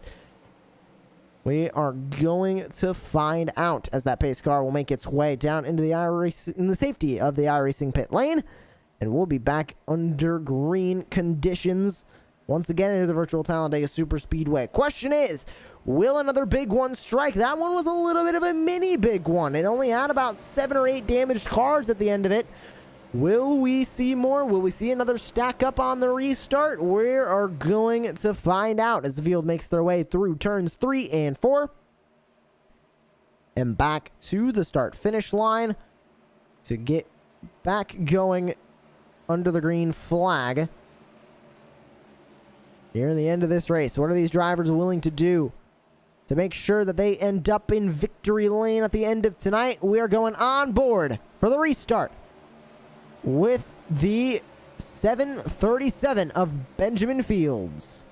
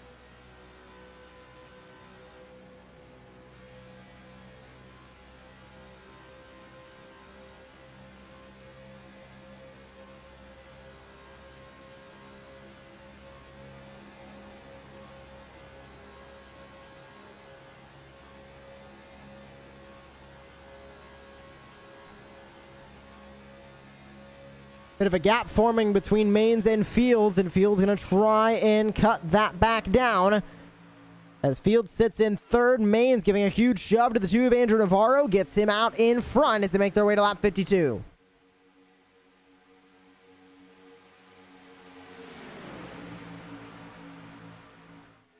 Navarro and Mains, the only 2 clear on that inside line. Everybody else 2 by 2. With the car to their outside or inside, and here comes the pair back up to the top of the racetrack. Mains and Navarro blocking that outside line, completely ruining the run of the 19 of Brandon Stower. And to the outside goes Brett Wheeler. He's going to fall back on the outside line, gets shuffled out all the way up against the wall. Can he find an opening to get back in? Navarro still leads. And look at the push from Mains trying to gap the field.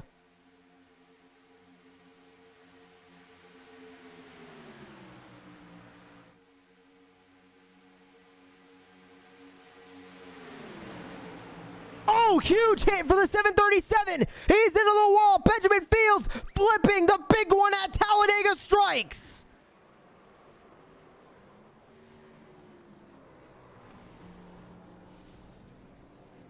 A junkyard in turn 2. Critchley, Wheeler, King, more involved. Parker Collins in the 18. Duval, Swiss, Martin, Wolfenbarger. A huge pileup.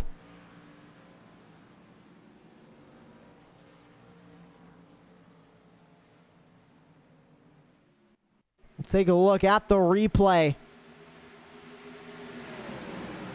There's the replay from the earlier incident. Trying to find the replay of this past incident. Here it is.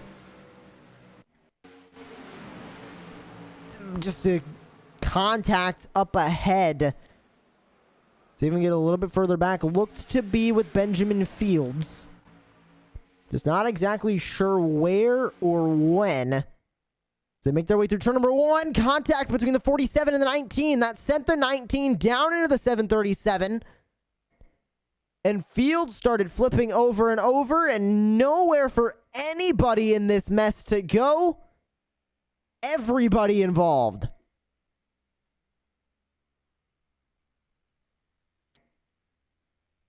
Just talking before the break about when another big one could strike. Looks to be right now. The 737 came up into the 19. That got the 19 a little loose. Started the entire chain reaction wreck here at Talladega.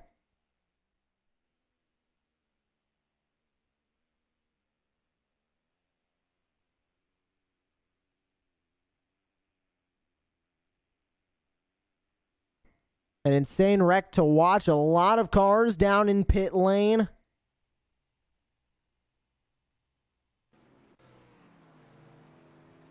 Maines and Navarro lead the way. Kinkart looks safe. King looks safe. Pearl looks safe. Morgan's in pit lane. Collins now coming into pit lane. Wolfenbarger's in. They're grabbing their fast repairs. Multiple cars behind them also grabbing their fast repairs and getting back out onto the racetrack.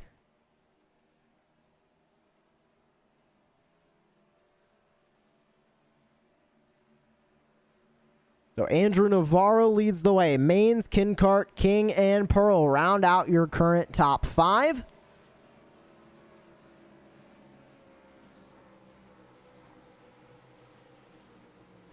As next time by at the line, we'll have 25 laps to go.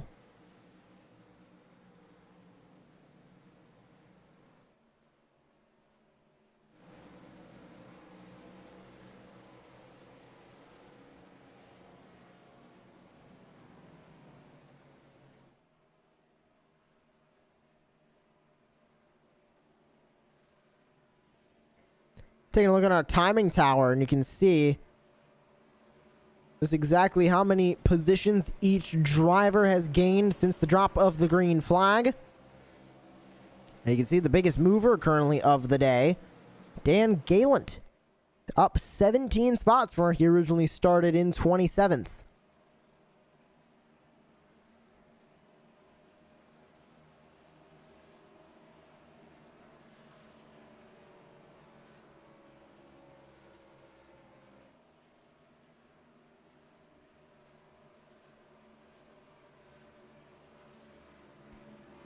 Couple cars are going to make their way into pit lane. It looks like Navarro's going to be the first taker.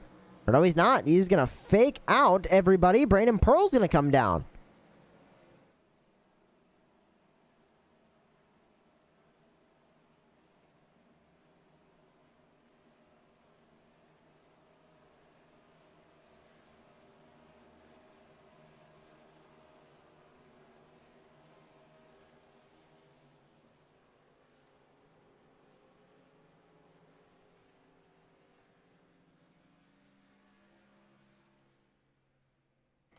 So the 0-0 of Brandon Pearl into pit lane. Navarro going to keep the lead. And he elects to choose the outside line on this restart. Lights out on the iRacing pace car.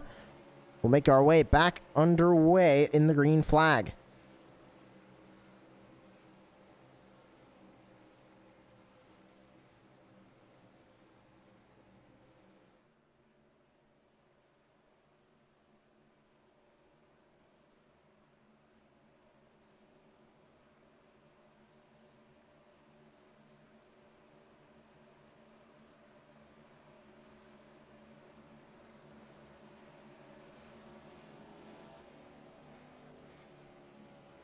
Lot of fast drivers in this field, and just taking a look down the license details, a lot of Class A drivers. Only rookie in the field, Scott Martin.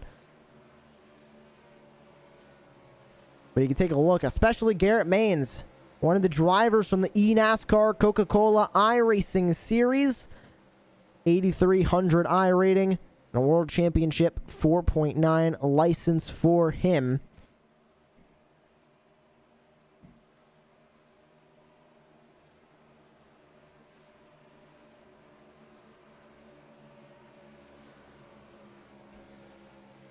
And Maines in the 34, having a good season so far in the eNASCAR Coca-Cola iRacing Series. Started this year for Elliott Sadler Esports. Also has competed in the past in the iRacing Rallycross World Championship Series in 2019 and 2020 for Dreyer and Reinbold. As the field gets ready to go back to racing under the green flag, Navarro and Maines in control of the field. Let's go on board with the 11 of Crystal King.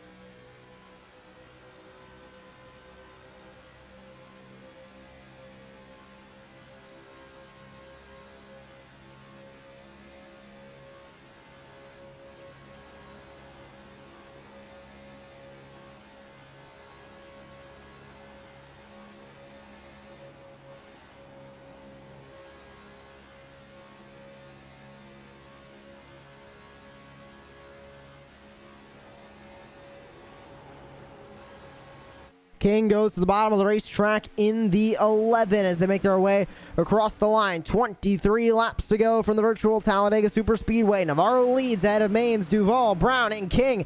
Now your top five. They clear the outside line. Clayton Kincart leads the outside line. Going to fall down now to the bottom. Leading the outside now is Brandon Stower in the 19. Huge shove coming from Billy Gray in the 21 behind him. They're looking to try and peek their way back up to the top of the field, but look at this, 3 wide. The 19 going to get shuffled back on the outside. The 21 of Billy Gray leaves him out to dry in the middle.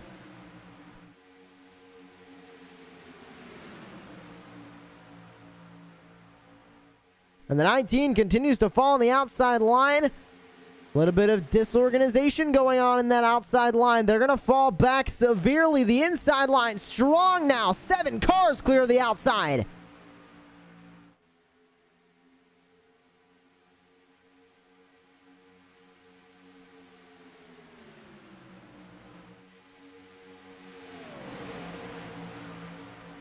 No need for Navarro to block 2 lanes like he was trying to do earlier on in this race. As you can see, those top 5 now clear the outside line. A couple of them starting to go back up there. Kincard goes back up there. He has the 5 of Joshua Abbey behind him. On board with Abbey.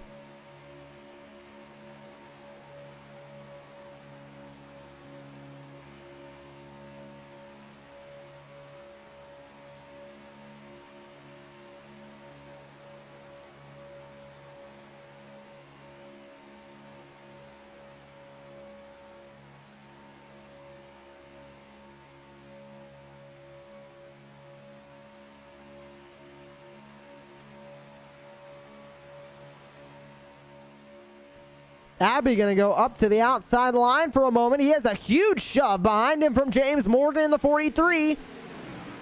Can they make it work is the question. More drivers starting to experiment up at the top of the racetrack. There goes Billy Gray in the 21.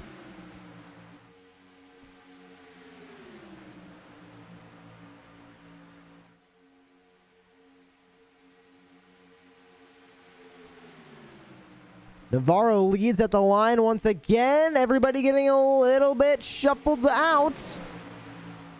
Not that organized here in the middle of the pack. They're 3 wide.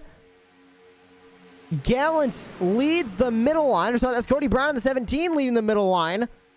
Outside line, it's Joshua Abbey leading that in the 5. Back into turn 3. Everybody keeping it safe. The inside line still the most dominant. Middle line not exactly formed up too well. And that outside line not formed up at all. They work their way back to the front straightaway. Inside of 20 to go when they come across the line.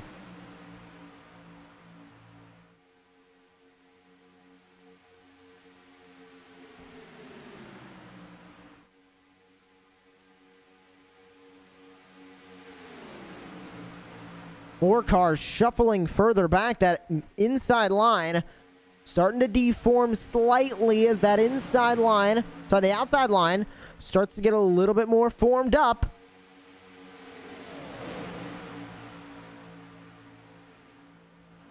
Back to 2x2, almost all the way back. The outside line looking for a bit of a resurgence as here comes Brett Wheeler in the 56. He leads the outside line now with Brown behind.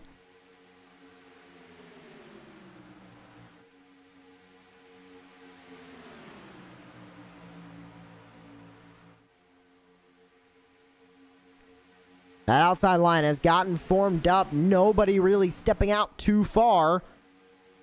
One car steps out on the outside line further back. That looks to be the 43 of James Morgan. He steps out of line all the way up against the wall. He's going to fall all the way to the back.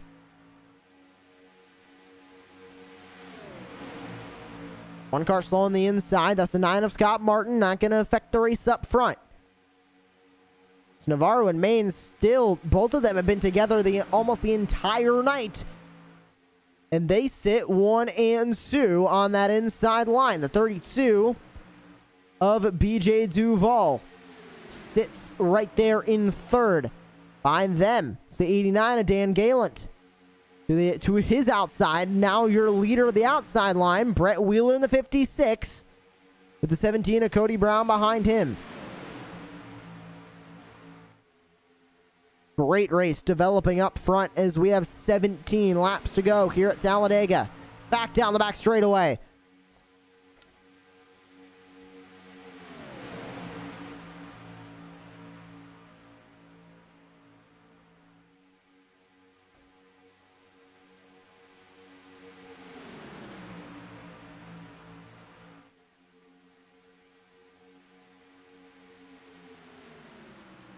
Navarro leads once again at the line, this time by nobody able to make a pass on Navarro as he goes to 16 laps to go. Outside line really has reached a plateau. They have not gained any more time on the cars in front. Those top 3 really hooked up well together. But look at 4th place on that inside. Oh, now they go up to the outside line. So Navarro, Maines block the outside. They leave BJ Duval on the inside to keep running that line. Now they hop back to the inside, but a huge run for Brett Wheeler now on the outside. He was side by side with Maines for a second. Now going to fall back. Is he going to move his way into the inside line? Yes, he does. The 56 now to the inside. The 17 of Cody Brown leads the outside. They go back up to the outside to try and block. Leave Wheeler up there. Wheeler stuck now back on the outside line. He tried to get down to the inside, run in that inside line, but unfortunately, Maines and Navarro led him back up to the outside and kept him there as his teammates on the inside, Dan Gallant, shut the door.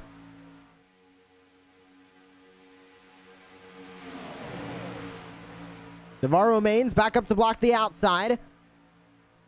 They're still pushing and shoving back to the inside. 3 wide now for a moment. Cody Brown on the outside line. Middle line, that's Dan Galen. Inside line, the 89 of BJ Duval.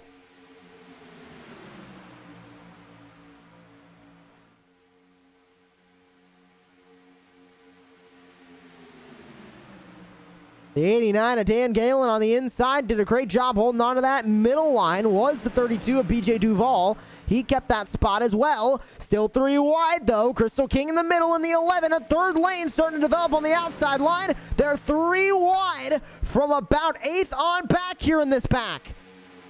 The racing starting to become desperate. 14 laps to go at Talladega. Time is running out for each of these drivers.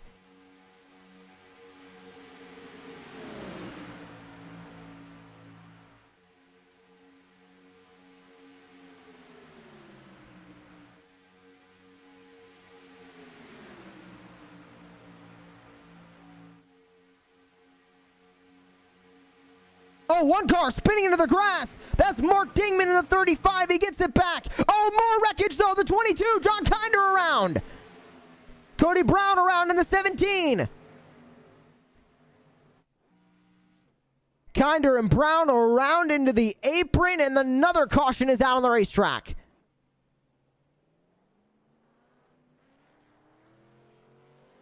Cody Brown involved in this one. Let's take a look. Dingman came back onto the racetrack.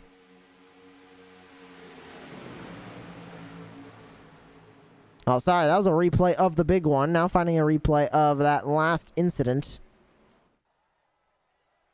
Here we go. This is the replay of that last incident that brings us under this caution. There goes Dingman down to the inside, but it doesn't look like that affected that. They went 4 wide for a moment with the 13. Just cars bouncing off of each other, and around goes the 17 and the 22 back down to the apron. Definitely looked like they were bouncing off of other cars on that line, including that 13 of Garrett Delph, and that just sent both of them down into the apron, and around they went to bring us under another caution here at the Talladega Superspeedway. Question is anybody going to be brave enough to make their way into the pit lane? Everybody good to the end on fuel? Do they want fresh Goodyear tires? Do they think that new rubber is going to help them in any way? If they do think so, they're going to make their way into pit lane this time by.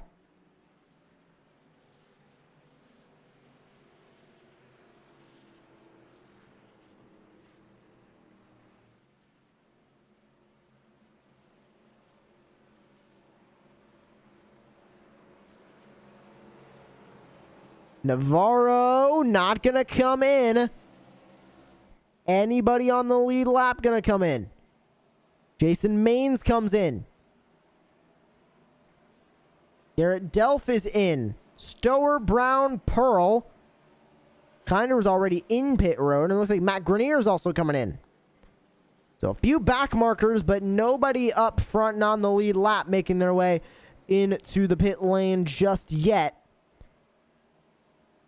And it doesn't look like they will at all. We're going to go back to racing inside of 10 laps to go in the 2013's Shootout, benefiting the Juvenile Diabetes Research Foundation from the Talladega Superspeedway.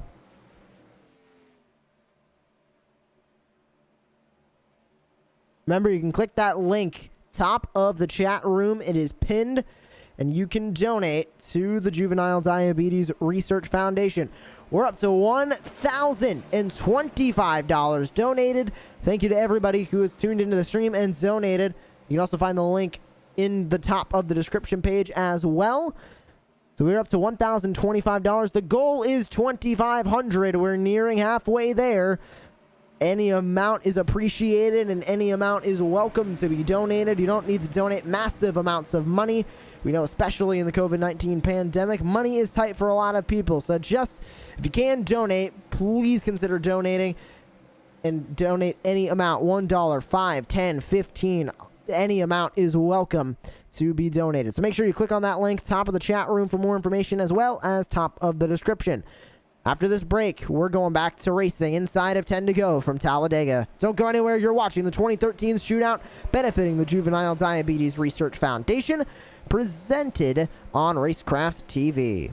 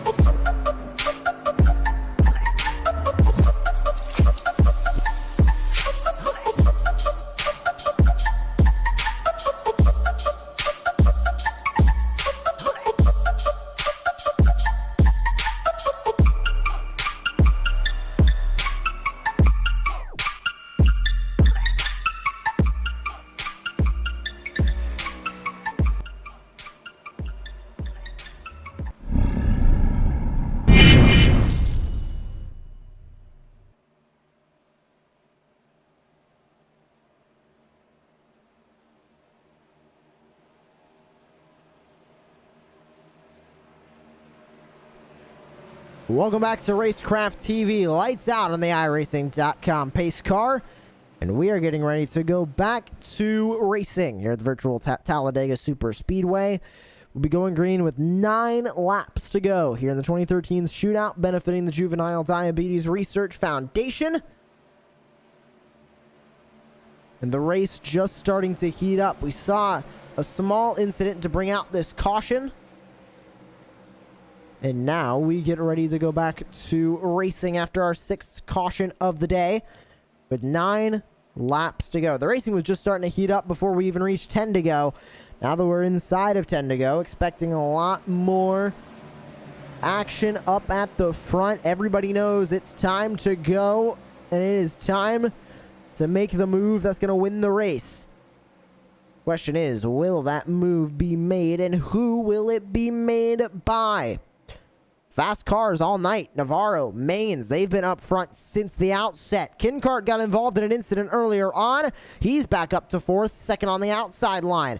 Brett Wheeler, we haven't talked about him much at all, but the Australian sits in 3rd, looking for a win here on the ovals. Dan Galen, the 89, we haven't talked about him much either. He's up here. Garrett Wolfenbarger involved in the big one earlier on. He got the faster pair back up into 6th on the racetrack. And then looking further back, John Garrett's back here. He blew the engine earlier, got the faster pair. He's back up to 8th. Multiple cars have a chance to win this race.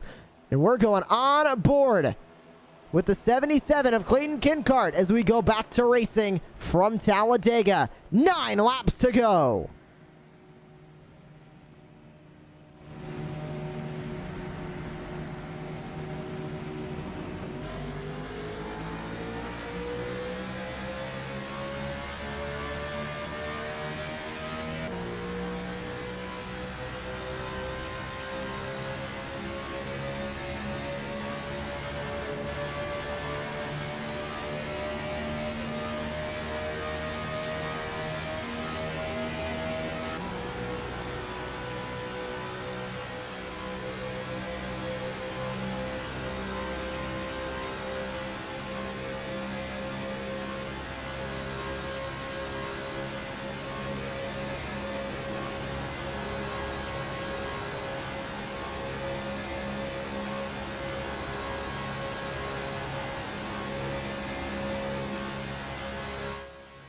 The top 3 pulling away here at the Talladega Super Speedway as we come across the start-finish line. 8 laps to go. That inside line not formed up at all. As the top 3 start to pull away, there might have been a checkup further back. Everybody spread out as they make their way back through 1. Expecting this line to form back up, but everybody hugging the bottom of the racetrack, trying to assess exactly what happened. It looks like Dan Galen went off track right after the green flag. We'll see if it's affected anything really quickly. Not exactly sure what happened on that start, but just a lot of cars. Looked like there might have been a checkup further back. Fast forward just a little bit, see exactly if we can find what happened from a driver further back. It just looked like maybe just a bad restart from a couple of drivers, spread out the entire field, or maybe a late restart. The leader's getting on the gas a little bit too late. Stacked up that field, but we're still racing up at the front. Andrew Navarro continues to lead. Garrett Maines all over his back bumper, working down the back straightaway. 7 laps to go.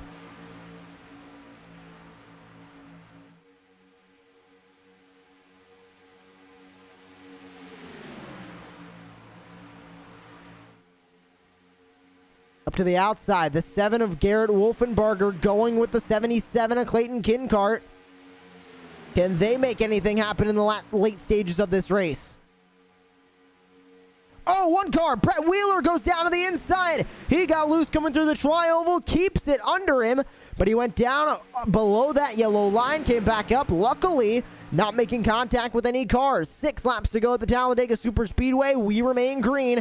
Here comes that line that was unformed. They're formed up now, led by Bradley Wilson, and here they come to shake things up at the front. He has a huge shove coming from the 5 of Joshua Abbey.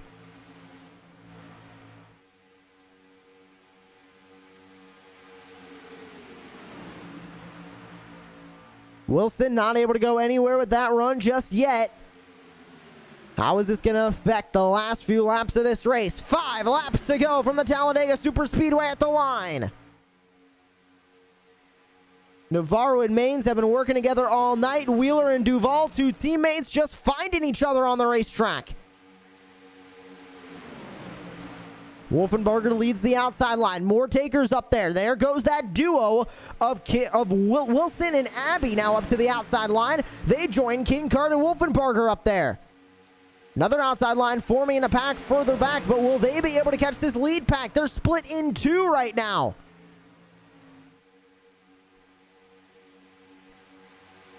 They're not single file. I'm not sure they're going to have an opportunity to really catch up to this lead pack. But here they come. It looks like they might be gaining a slight bit of time. 4 to go at the line.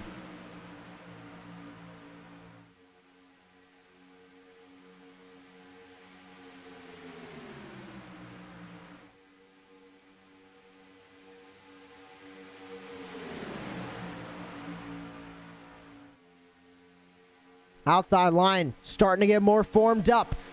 About 10 cars up in that outside line. The inside line split in 2, but they seem to be able to keep it under him very well. Keep that run going. 1 car in the wall up on the outside line. Continuing to hit the wall. That's the 28 machine of Cheston Green. 3 wide now, further back in the pack. Everybody fighting for positions.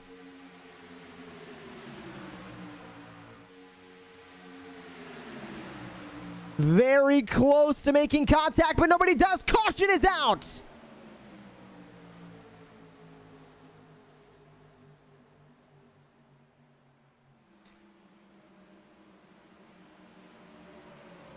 The yellow flag flies. Not sure for what exactly. Jeffrey Wallace comes into pit lane. What has brought out the 7th caution of the night?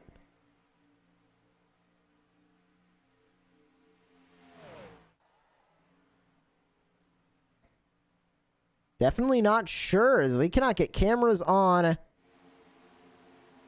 anybody further back out of the pack, and it doesn't look like anybody made any contact with anything.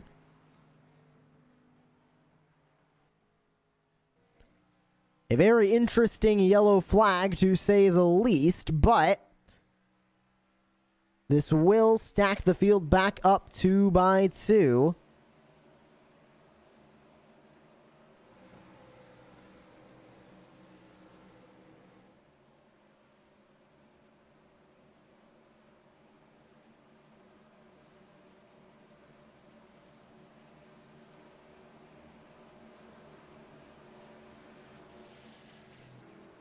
And back onto the front straightaway they go. If they go green, looks like we'll be ending up under a green-white checkered scenario. Bradley Wilson comes into pit lane the 51. Looks like he might have some damage there.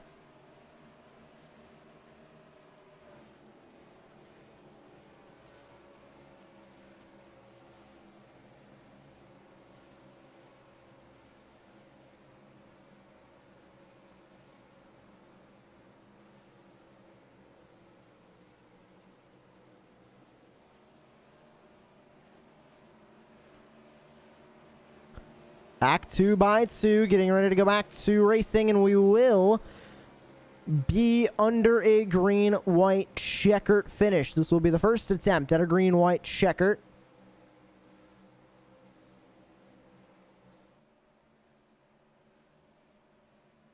And still 2 laps to go on that iRacing.com pace car. Lights are not out exactly yet.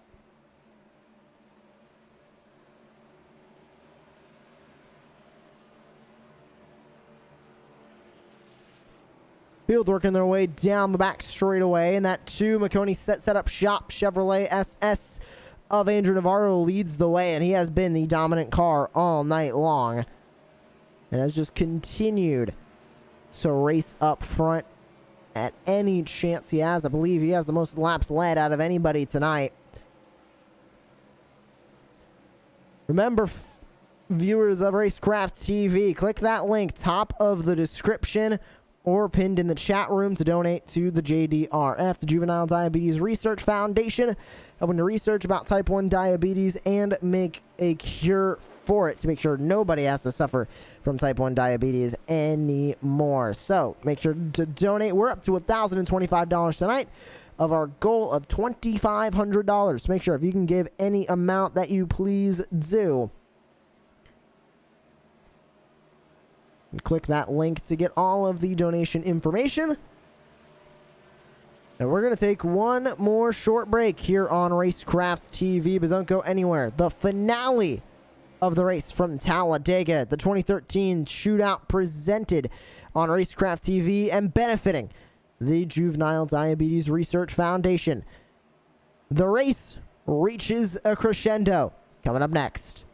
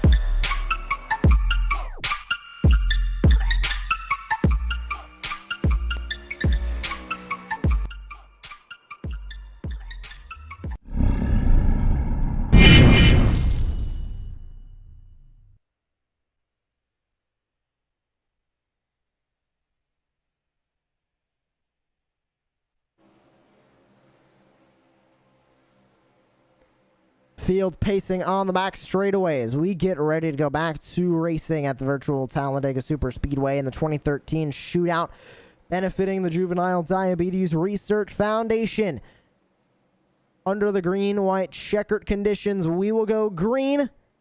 Then the field will make it one lap around to the white flag. Once that white flag is displayed, the race will be declared official. Next flag, the checkered flag, will end the race. And if they do not make it back to the line, if another caution comes out on the green flag lap, we have 2 more attempts for a successful green-white checkered finish. And make sure to tune in after this race is concluded. Post-race interviews with your top 3 finishers. And here we go. The field getting ready to go back to racing behind the iRacing.com pace car. It's going to make its way into the pit lane. Will this be the final restart? And who is going to walk away with the win We are going to find out. Navarro, Maines, Wolfenbarger, Wheeler, Kincart, your top 5. The field stacks up. We're back racing.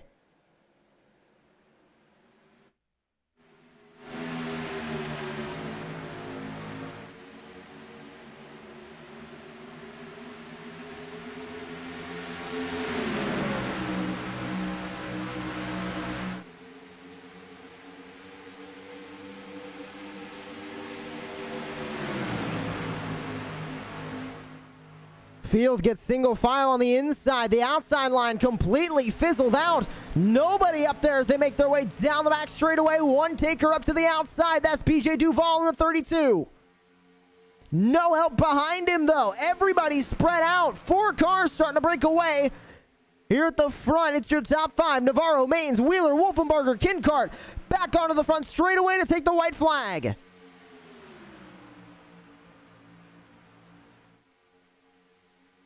White flag displayed one more time around Talladega. Who's going to walk away the winner? Will Maines make a move? Can Wheeler do anything from 3rd place? Does Wolfenbarger or Kincart even have a chance? They work their way down the back straightaway for the final time.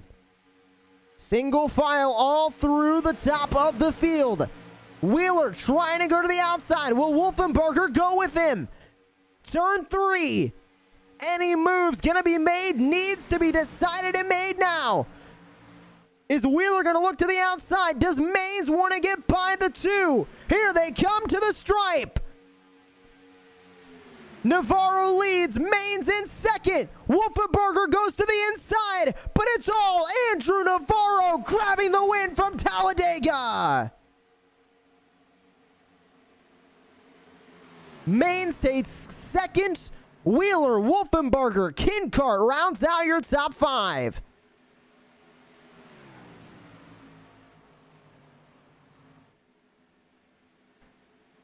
A great finish from Talladega. And Navarro walks away a winner.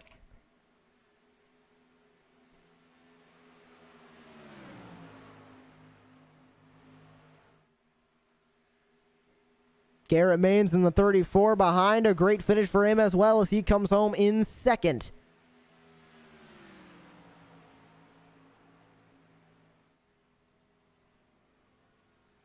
Navarro doing drifts coming in through the tri-oval and onto the front straightaway. Celebrating his victory at Talladega, and Garrett Maines celebrating with him.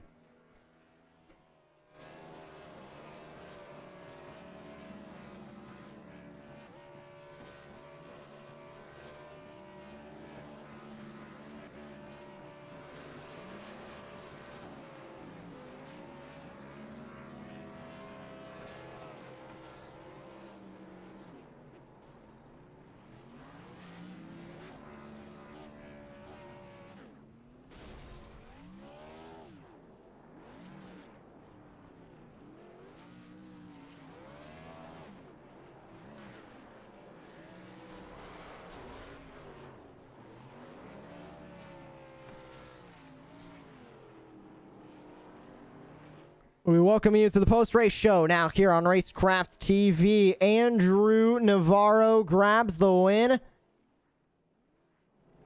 And as he continues his celebration, we're going to grab him for his post-race interview. Andrew Navarro, Joshua Lee in the Racecraft TV booth. What a win for you in dominating fashion as well. Seemed like you didn't get away from the lead all night tonight. Yeah, it's just all about trying to stay out front with these 2013 cars without the huge spoiler. You can't build as much of a run, and there's a decent air bubble. So, and with the tape up, it was definitely an interesting with the pushing. Now, you had a lot of help from, of course, Garrett Maines in the 34. Seemed like you two were glued to each other since about lap 20 on. Was that the plan from the start, to work with Garrett and work your way up to the front? Because once you got up front, you guys didn't move the entire night. Yeah, just gotta thank Garrett because that was huge. We stayed up front. I think we were 1-2, like, for 80% of the race there. and we were coordinated with our blocks to the top line because it kind of kills their momentum, and then we would drop back down, and it was just a lot of fun working with him, and I got to thank him because I would have not have won that race without him. Anyone else you would like to thank here on Racecraft TV? I'd like to thank 7Cs, Makoni Setups, CGE, Phantom GFX, and also you for broadcasting this race, and for Shenandoah Shine for having this race happen. Thank you very much. Andrew Navarro, your winner from the 2013 Shootout benefiting the Juvenile Diabetes Research Foundation tonight. And we also have third place finisher Brett Wheeler going to be joining us here in the booth in a moment.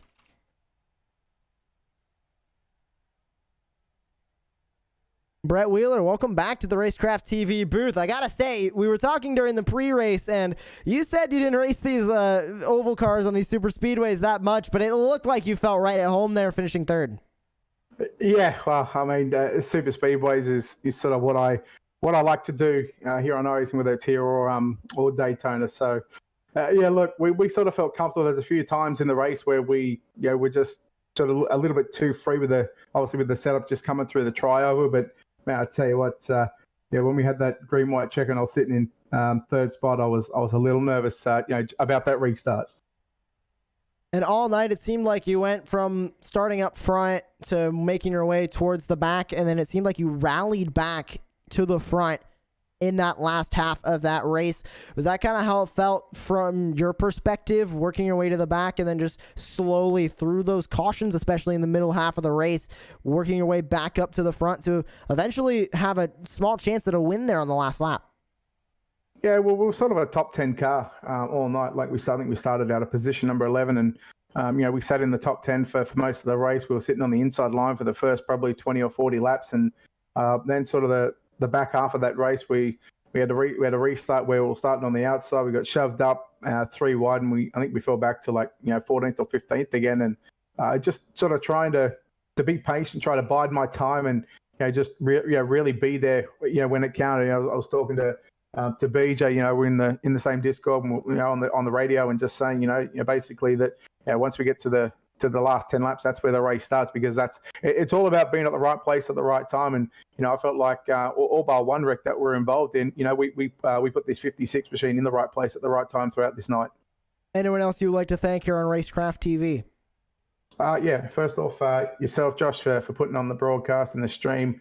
All the guys that put on this charity event. I've actually got type 2 diabetes myself, so I've already donated the prize money back to the charity. I don't want to send it all goes back to a good cause, obviously. The guys at the Dirt Team, Black Diamond Motorsports, they do a lot for me.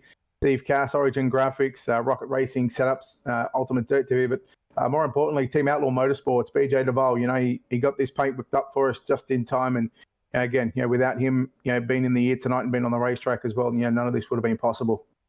Thank you very much. That is Brett Wheeler, third place finisher here at the Talladega Super Speedway. Now getting ready to talk to second place finisher Garrett Maines behind the wheel of the number 34. And we'll bring him into the Racecraft TV booth here.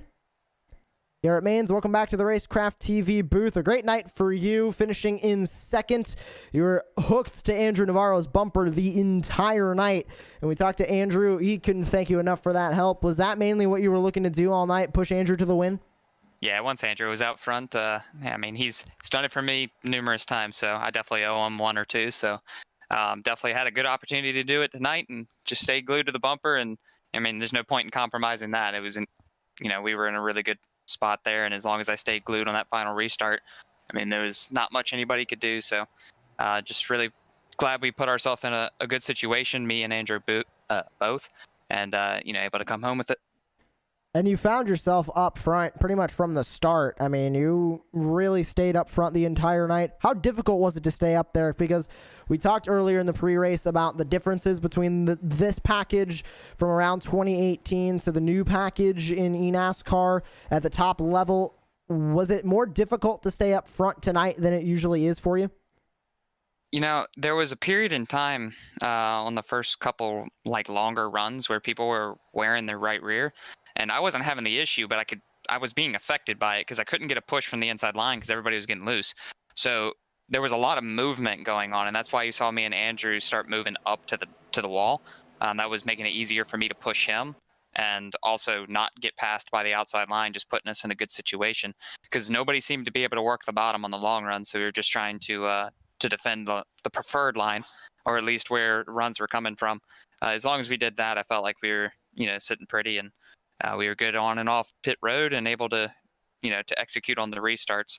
So we really stayed out of trouble, and, props to him. I mean, he was the one leading it. It's really hard. Like, if I'm saying to move up, it's hard to react to that at the exact same time and not have any hesitation whatsoever.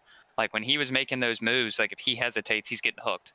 So to be able to do that was really cool, and definitely not easy. So props to him. Congrats on the win to him as well. Anyone else you would like to thank here on Racecraft TV? Yeah, the paint scheme I'm running, like I said, is from, way back when. I couldn't get a paint scheme made in time for that car. So I got to thank OfferPad, Snap Mobile, Swag, Smithfield, Lennox, Bradley Mechanical, all the guys at Elliott Sadler Esports for all the work they've been putting in on the Coke cars. We've had really good cars, and hopefully our good luck will continue from Atlanta, and we'll move on to Auto Club and keep the streak rolling. Thank you very much for joining us in the booth, and good luck on your eNASCAR season. That is Garrett Main's second place finisher here at the virtual Talladega Super Speedway in the 2013's Shootout, benefiting the Juvenile Diabetes Research Foundation. And that's going to do it for us here on Racecraft TV. Cannot thank all the racers in this race enough, and all of you tuning in from around the world on Racecraft TV. Remember, if you have not donated to the JDRF yet, and you can, please make sure you click that link top of the description or right there in the chat room pinned. We are at $1,025 raised, $2,500 more. The goal of $2,500. We are so close, but still a long way to go. So if you can donate any amount, please do. And make sure to also follow Racecraft TV to find more races from in and around iRacing.com. And we are saying good night from the virtual Talladega.